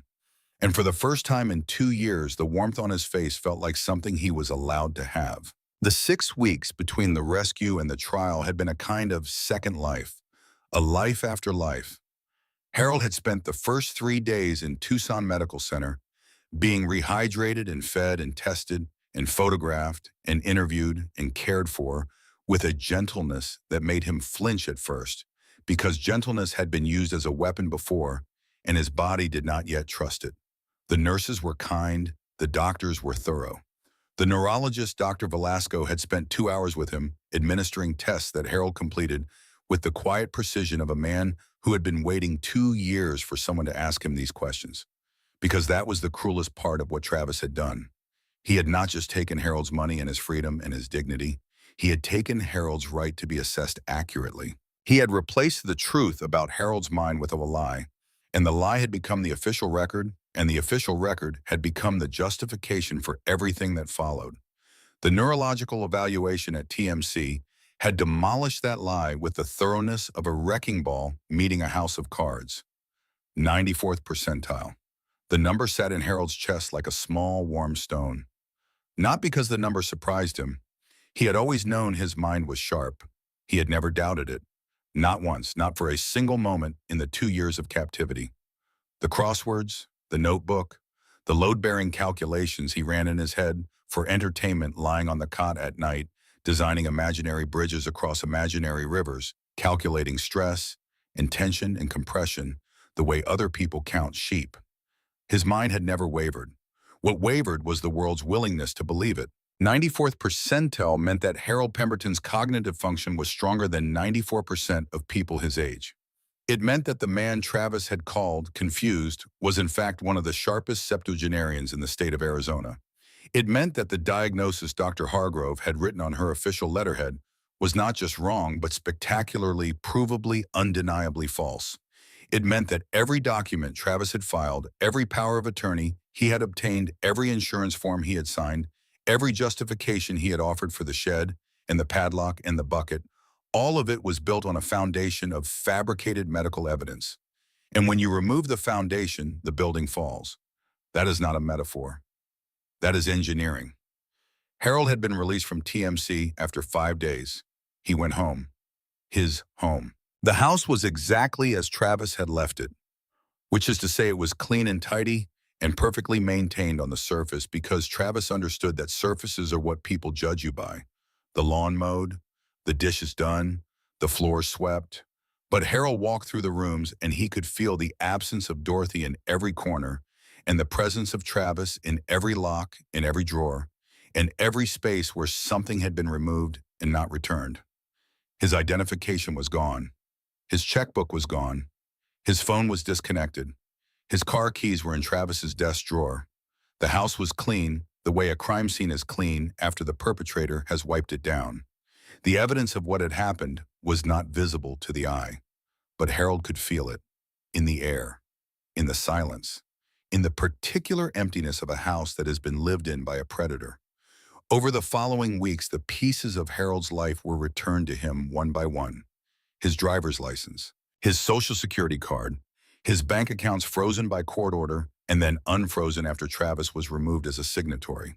His car, which Hank the mail carrier had helped him get running again, replacing the battery and inflating the tires and checking the fluids with the careful attention of a man who understood that this car was not just transportation. It was proof that Harold Pemberton could still turn a key and press a pedal and navigate from one place to another under his own power and by his own choice. The arthritis medication helped, not completely. The surgeon had said the knee would never fully heal, too much damage, too long without treatment, but the medication took the grinding down to a dull throb, and a dull throb was something Harold could work with. He had worked with worse. He had calculated load-bearing tolerances for bridges that spanned rivers and canyons and highways. A knee was nothing compared to a cantilever. He gained 14 pounds. He slept in a bed with clean sheets and a pillow and a blanket that covered his feet. He opened the kitchen window because Dorothy had said the house needed to breathe, and she was right about that, the same way she was right about most things. He made coffee every morning and carried it to the front porch and stood there in the early light and waved at Earl Buckner when the mail carrier walked past. And Earl waved back, every morning, without fail. Because some rituals matter more than the people performing them realize. 3 days after the verdict, Harold Pemberton did something he had not done in over 2 years. He drove. He sat behind the wheel of his own car, a 2014 Ford Taurus that had been parked in the garage since Travis took the keys. The battery had been replaced, the tires inflated, the registration renewed. His license reinstated after the cognitive evaluation proved what he had never stopped knowing, that his mind was his, had always been his, and no forged diagnosis could take it from him. He turned the key, the engine caught. His hands were on the steering wheel at 10 and 2, the way Dorothy had always teased him about. "You drive like you're taking a test, Harry." He could hear her voice, clear as the day she said it, 20 years ago, 30, yesterday. He pulled out of the driveway. His house, his mailbox with the name Pemberton on the side that Earl the mail carrier had polished without being asked the day Harold came home from the hospital. His front porch where he had stood every morning with coffee for 17 years, waving at a man who walked the same route every day. He had waved at Earl that morning, first time in 2 years. Earl had waved back and then turned away fast, but not fast enough. Harold saw him press his sleeve against his eyes. The drive to Rosie's Griddle took 18 minutes. He knew the route, had driven it 100 times before Travis, before the shed, before the padlock and the bucket and the 4 cans of soup that became the borders of his world. He parked in the same lot, stepped out, stood for a moment, let the sun hit his face, let the heat wrap around him the way Arizona heat does. Total, unforgiving, and strangely honest. The desert doesn't pretend to be something it isn't. The desert gives you exactly what it is and lets you decide what to do about it. Harold walked to the door, pushed it open with one hand, because one hand was enough now. The bell jingled. The waitress looked up. Same girl, blonde ponytail. She had been there the day Harold walked in with a limp and a shirt button wrong and asked 7 tables for a place to sit. She had watched every refusal. She had held the door for him when he left. She recognized him. Her face changed, not pity. She had looked at him with pity the first time. This was different. This was something closer to respect, something closer to awe. Because the man standing in the doorway was not the man who had limped through it 2 months ago. This man stood straight. His shirt was tucked in. His hair was trimmed. His eyes were calm. "Welcome back," she said. "Thank you." He looked toward the back corner, the table against the wall where the overhead light still had not been replaced. 2 months and nobody had changed that bulb. Maybe nobody ever would. Maybe that table was meant to sit in shadow. Maybe some things happened in the dark because that was the only place they could begin. Garrett was already there. Same chair, same worn leather vest with the patch that made people cross the street and lock their doors and look the other way. Same dark blonde hair pulled back and tied off. Same jaw that had been set wrong and never corrected. Same arms that stretched the sleeves of a black t-shirt. Same coffee. Black, no sugar. And across from him, the second chair was already pulled out, angled slightly, just enough so that a man with a bad right knee wouldn't have to twist to sit down. Harold felt something hit him in the chest. Not pain, not grief, something bigger than both. The chair was out. Garrett had pulled it out before Harold arrived, had angled it the same way. The same quiet act that had changed everything. Harold crossed the diner floor. His steps were steady. The limp was there. It would always be there. But it no longer owned him. He walked past the other tables, past the people eating their lunches and drinking their coffees and living their ordinary lives. None of them looked at him the way they had looked at him the first time. None of them turned away. He reached the table. He stood there for a moment, looking at the chair, looking at Garrett. Neither spoke. Not because there was nothing to say, because the things that needed saying lived in a space that words couldn't quite reach. They lived in the space between 2 men sitting across from each other in a roadside diner. One who had asked a question nobody wanted to hear, and one who had answered it with a single word in a chair. Harold sat down, his knee cracked. An old sound, a familiar sound, but not a frightening one. Not anymore. "You look better," Garrett said. "I eat 3 meals a day now. Good. And I sleep in a bed. A real bed. With a pillow and a blanket that actually covers my feet." Garrett almost smiled. Almost. The corner of his mouth moved a fraction of an inch. "That'll do it." Harold flagged the waitress. She came over fast. "Eggs," Harold said. "Scrambled, bacon, pancakes, toast, coffee, orange juice." She wrote it down. Then she looked at Garrett. "Same for you, just coffee." She left. Harold settled into his chair. He pressed his palms flat on the table. A habit. a reflex from 2 years of pressing his hands against surfaces to stop them from shaking. But they were not shaking now. 24 years, Harold said. Maximum on every count. Consecutive. The judge called it the most calculated case of elder abuse she'd seen in 17 years on the bench. Garrett nodded. He turned his coffee mug between his hands slowly, the way he always did. Hargrove got 7, reduced for cooperation. She's testifying against 2 others in the network. And Clarence Munn. Harold's voice changed, dropped lower, rougher, the way a voice drops when it's carrying something too heavy for the throat. They reclassified it. Homicide. The nephew was arrested in Flagstaff. Harold looked at his hands. Clarence was 83 years old. He survived Korea. He survived 40 years of marriage and the loss of his wife and the loneliness that came after. He survived everything a life can throw at a man. And he ducked it in a 24-degree weather because someone locked his door from the inside and walked away. Garrett set his mug down. If I hadn't gotten that latch open, Harold said, if I hadn't walked that 1.5 miles, if you hadn't been sitting at this table, but you did, and I was, I'd be Clarence. You're not Clarence. No, I'm not, because of you. Garrett shook his head. The motion was slow, deliberate, the way he did everything. No, because of you. You kept that notebook, Harold, every date, every amount, every word he said. You rented that storage unit, paid cash, hid money in a boot. You carved your name into a wall. You worked a latch with a butter knife for weeks. You walked 1.5 miles on a knee that should have put you on the ground. You did all of that before I did anything. I just happened to be sitting here. You didn't just happen to be sitting here. Harold leaned forward. His voice was steady, firm.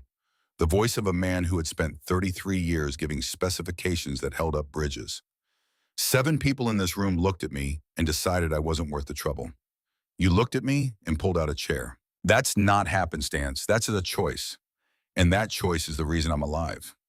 The food arrived. The waitress set the plate down in front of Harold. Eggs piled high, bacon crisp, pancakes stacked 3 deep, toast on the side, coffee steaming, orange juice in a tall glass. Harold looked at the plate. He did not check the door. He did not check the window. He did not scan the room for threats. He did not brace for the plate to be taken away. He picked up his fork and he ate. Real bites. Full bites. He buttered the pancakes and poured syrup on them and ate them in big, unashamed mouthfuls. He ate the bacon with his fingers. He drank the orange juice in 3 long pulls. He spread strawberry jam on the toast and bit into it and chewed with his eyes closed because it tasted like something he had forgotten he was allowed to enjoy. Garrett watched him eat, and this time, unlike the first time, there was no tightness in his chest. No anger, no urgency. Just a man watching another man eat breakfast in a diner. The most ordinary thing in the world, and somehow the most extraordinary. They talked about the wider investigation, about the 5 additional cases the Attorney General's office had opened, about the families being contacted, about the people who might still be saved because Harold had kept a notebook and Garrett had pulled out a chair. They talked about Dorothy. Harold told Garrett about the pot roast on Sundays, about the way she hummed in the kitchen, about the last thing she ever said to him. Don't forget to eat, Harry, said on a Tuesday night, casual, offhand. The kind of thing a wife says without thinking because she has said it 1,000 times before. She died in her sleep that night, and Harold never forgot those words. She'd have liked you, Harold said. I doubt that. She would have. Dorothy didn't care about patches or vests or what people looked like. She cared about what people did. And what you did, she would have looked at you and said, that's a good man, Harry. Make sure he comes for pot roast. Garrett turned his mug, didn't say anything, but something shifted in his face. Something softened, just barely, just enough. Harold finished every bite on his plate. He set the fork down, pressed his napkin against his mouth, sat by my head. I want to ask you something. Ask, why did you pull out of that chair? I've asked you before, and you gave me an answer, but I want the real one, not the short version, the one you think about when you're sitting in your shop at night. Garrett stopped turning the mug. He looked at Harold, held his gaze. You really want to know? I really want to know. Garrett was quiet for a long time. When he spoke, his voice was lower than Harold had ever heard it. Not a whisper, just close. My old man was 68 when he got sick. Lungs, 40 years of Marlboros. He moved in with my sister because he couldn't live alone anymore. Her husband didn't want him there. Didn't say it to his face. Said it in other ways. Moved him to the back bedroom. Stopped cooking for him. Stopped talking to him. My old man called me twice. First time he said he was fine. Second time he didn't say anything. Just breathed. I could hear him breathing on the line, and I knew he was trying to tell me something, but the words wouldn't come because he'd been alone so long, he'd forgotten how to ask for help. Garrett stopped, picked up the mug, set it down without drinking. I drove 6 hours, got there at midnight, found him in the back bedroom. Thin, hadn't eaten in days. His clothes were dirty. He looked at me, and the first thing he said was, "I didn't want to bother anyone." Harold's eyes were wet. Garrett stopped talking. He looked at the table, at the coffee mug that he had been turning between his hands for the last 10 minutes, at the surface of the coffee, which had gone cold and still and reflected the ceiling light like a small, dark mirror. He had never told anyone that story, not the full version, not with the details, not with the midnight drive and the back bedroom and the dirty clothes and the words his father had said. I didn't want to bother anyone. 6 words that had lived in Garrett's chest for 12 years, like a piece of shrapnel that the surgeons had decided was too close to the heart to remove, too dangerous to extract. So they left it there, and Garrett carried it, the way he carried everything, silently, heavily, with the understanding that some weights are not meant to be set down but only shifted from one shoulder to the other when the aching gets too bad. His father's name was Dale Slade, a welder by trade, a man who could join 2 pieces of metal so smoothly that the seam was invisible. Who could look at a broken exhaust manifold and see not just what was wrong, but how it had gone wrong and what forces had conspired to break it and how to fix it so that it would not break again. A man of precision and silence and the kind of competence that doesn't announce itself but simply does the work and moves on. Dale had smoked Marlboro Reds since he was 16 years old. The first cigarette at dawn, the last one at midnight, the in-between ones uncounted and uncountable, an unbroken chain of smoke and fire that stretched across 4 decades like a fuse burning toward an inevitable conclusion. The conclusion came at 68, lung cancer, stage 4 by the time anyone thought to check. Because Dale Slade was the kind of man who did not go to doctors, who did not complain about the cough that got worse every winter, who did not mention the blood on the handkerchief that he folded and put back in his pocket because showing weakness was not something Dale Slade's vocabulary included. He moved in with Garrett's sister because the house in Prescott had stairs, and the stairs had become mountains, and the mountains had become impossible. The sister's husband, a man named Phil, who sold insurance and played golf on Saturdays and had opinions about everything and expertise in nothing, did not want Dale there. Did not say it with words because Phil was the kind of man who communicated through omissions rather than statements. He omitted Dale from dinner conversations, omitted Dale from weekend plans, omitted the back bedroom from the cleaning schedule so that the dust gathered and the sheets went unchanged, and the window stayed closed until the room smelled like sickness and neglect in the particular stale air of a space that has been sealed shut and forgotten. Dale called Garrett twice. The first call lasted 4 minutes.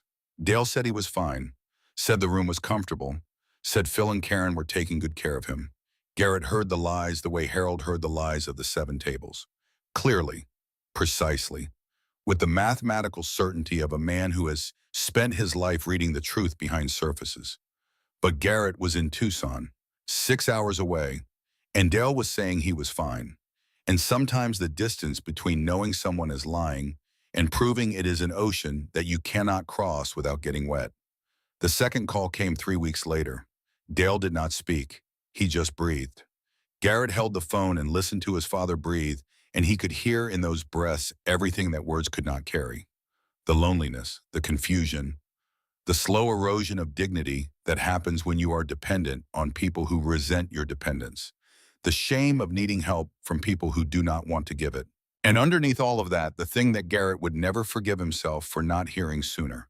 The asking, the silent, desperate, wordless asking of a man who had never learned how to ask for help, because asking meant admitting weakness, and weakness meant vulnerability, and vulnerability meant danger.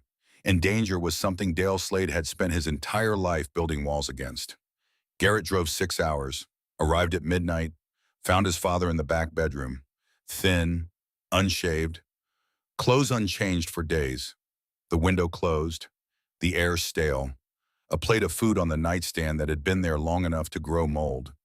Dale looked at him from the bed with eyes that were too large for his face because the face had shrunk around them, the flesh melting away as the cancer consumed him from the inside out.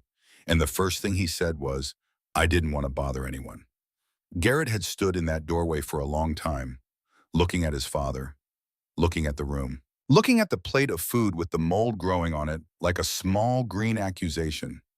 And he had felt something build inside him that was not anger, and was not grief, and was not the desire for violence, though all three of those things were present and accounted for.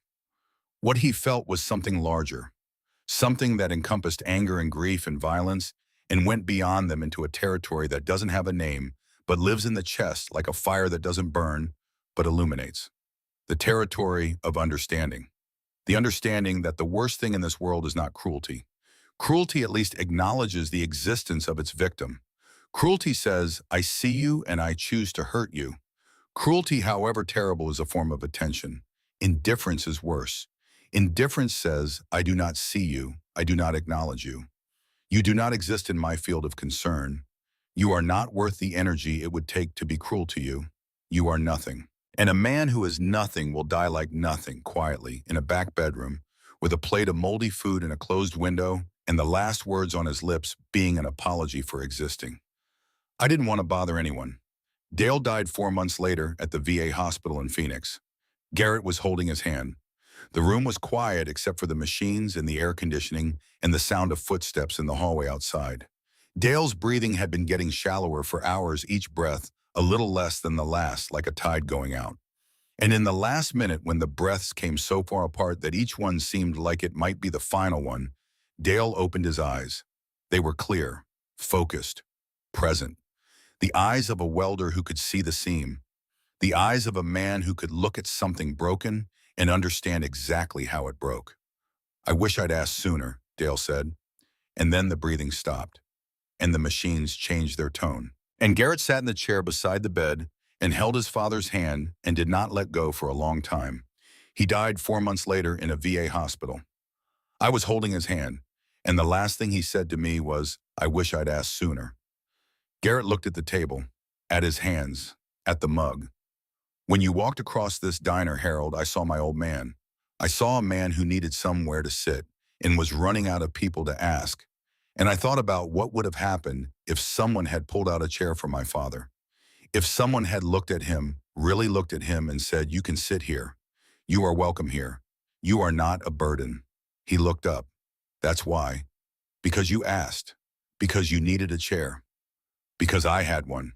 And because my old man taught me that the worst thing in this world isn't cruelty. It's indifference. It's a room full of people who see a man struggling and decide it's not their problem." Harold reached across the table. He put his hand on Garrett's forearm. Not a handshake, not a pat, a grip, firm, steady. The grip of a man who had spent 33 years building things that held. "Your father raised a good man." Garrett didn't respond, but he didn't pull his arm away. They sat like that for a moment. Two men in a roadside diner, 174, 145. One who had survived a locked shed and a stolen life and walked a mile and a half on a broken knee to ask a question nobody wanted to hear. One who had answered it because his father died wishing someone had done the same. Harold stood. He reached for his wallet. "Don't," Garrett said. "You bought me breakfast last time." "That breakfast saved my life," Harold said. "This one's mine." Garrett looked at him, then nodded. Harold paid at the counter, left a 30% tip. The waitress thanked him by name. He smiled at her, a real smile, the kind that comes from a place that has been replenished. He walked back to Garrett's table, stood there. Same time next week, Garrett leaned back in his chair, crossed his arms. And for the first time since Harold Pemberton had known him, Garrett Slade smiled. Not a half smile, not a twitch. A real one, full, unhurried, the kind of smile that changes a face completely. "Chair'll be out." Harold nodded. He turned, walked across the diner floor, Past the tables, past the counter, past the waitress. His limp was there, would always be there. But his hands were at his side, steady. His back was straight, his head was up. He pushed through the glass door. The bell jingled. The Arizona sun hit his face. And for the first time, Harold Pemberton did not look behind him. He drove home, his home, parked in his driveway, walked to his front door, reached into his pocket and pulled out his key. His key, not borrowed, not stolen back, not hidden inside a boot. His. And he unlocked his own door and walked into his own kitchen and sat down at his own table. No padlock, no bucket, no 4 cans of soup, no plywood on the windows, no butter knife hidden under a mattress. He sat at the table where Dorothy used to set the pot roast on Sundays, where they had paid bills together since 1971, where he had drunk coffee every morning for decades before a grandson with a smile and a law and a padlock had tried to erase him from his own life. Harold folded his hands on the table, pressed his thumbs together, closed his eyes. He thought about Clarence Munn, 83 years old, dying in 24-degree weather behind a locked door because nobody pulled out a chair. He thought about the 6 other victims, the ones still being found, the ones whose stories were just now being heard because Harold's story had cracked the silence wide open. He thought about Patty at the bank who had tried, about Earl who had noticed, about Sheila who had remembered, about the people who had seen something wrong and tried to act and been defeated by a system that believed the younger voice. He thought about a notebook with a blue cover, about the words on the first page. If anything happens to me, this is why. He had written those words expecting to die. He had written them as evidence for an investigation into his own death, and instead they had become the evidence that saved his life. He thought about a diner, a glass door, a bell, 7 tables, 7 refusals, and one man in a dark corner who had stood up and pulled out a chair because his own father had died, wishing someone had done the same. Harold opened his eyes. He looked at the kitchen around him, at the window where the light came through, at the door that had no lock on the outside, at the life that had been given back to him by a brass key and a spiral notebook and a stranger who said one word: sit. Because the difference between a man disappearing and a man surviving was never about strength. It was never about power. It was never about the system or the law or the people who were supposed to protect you and didn't. It was about one moment, one question, one ordinary act of decency in an ordinary diner on an ordinary afternoon. Mind if I join you in someone choosing to say yes?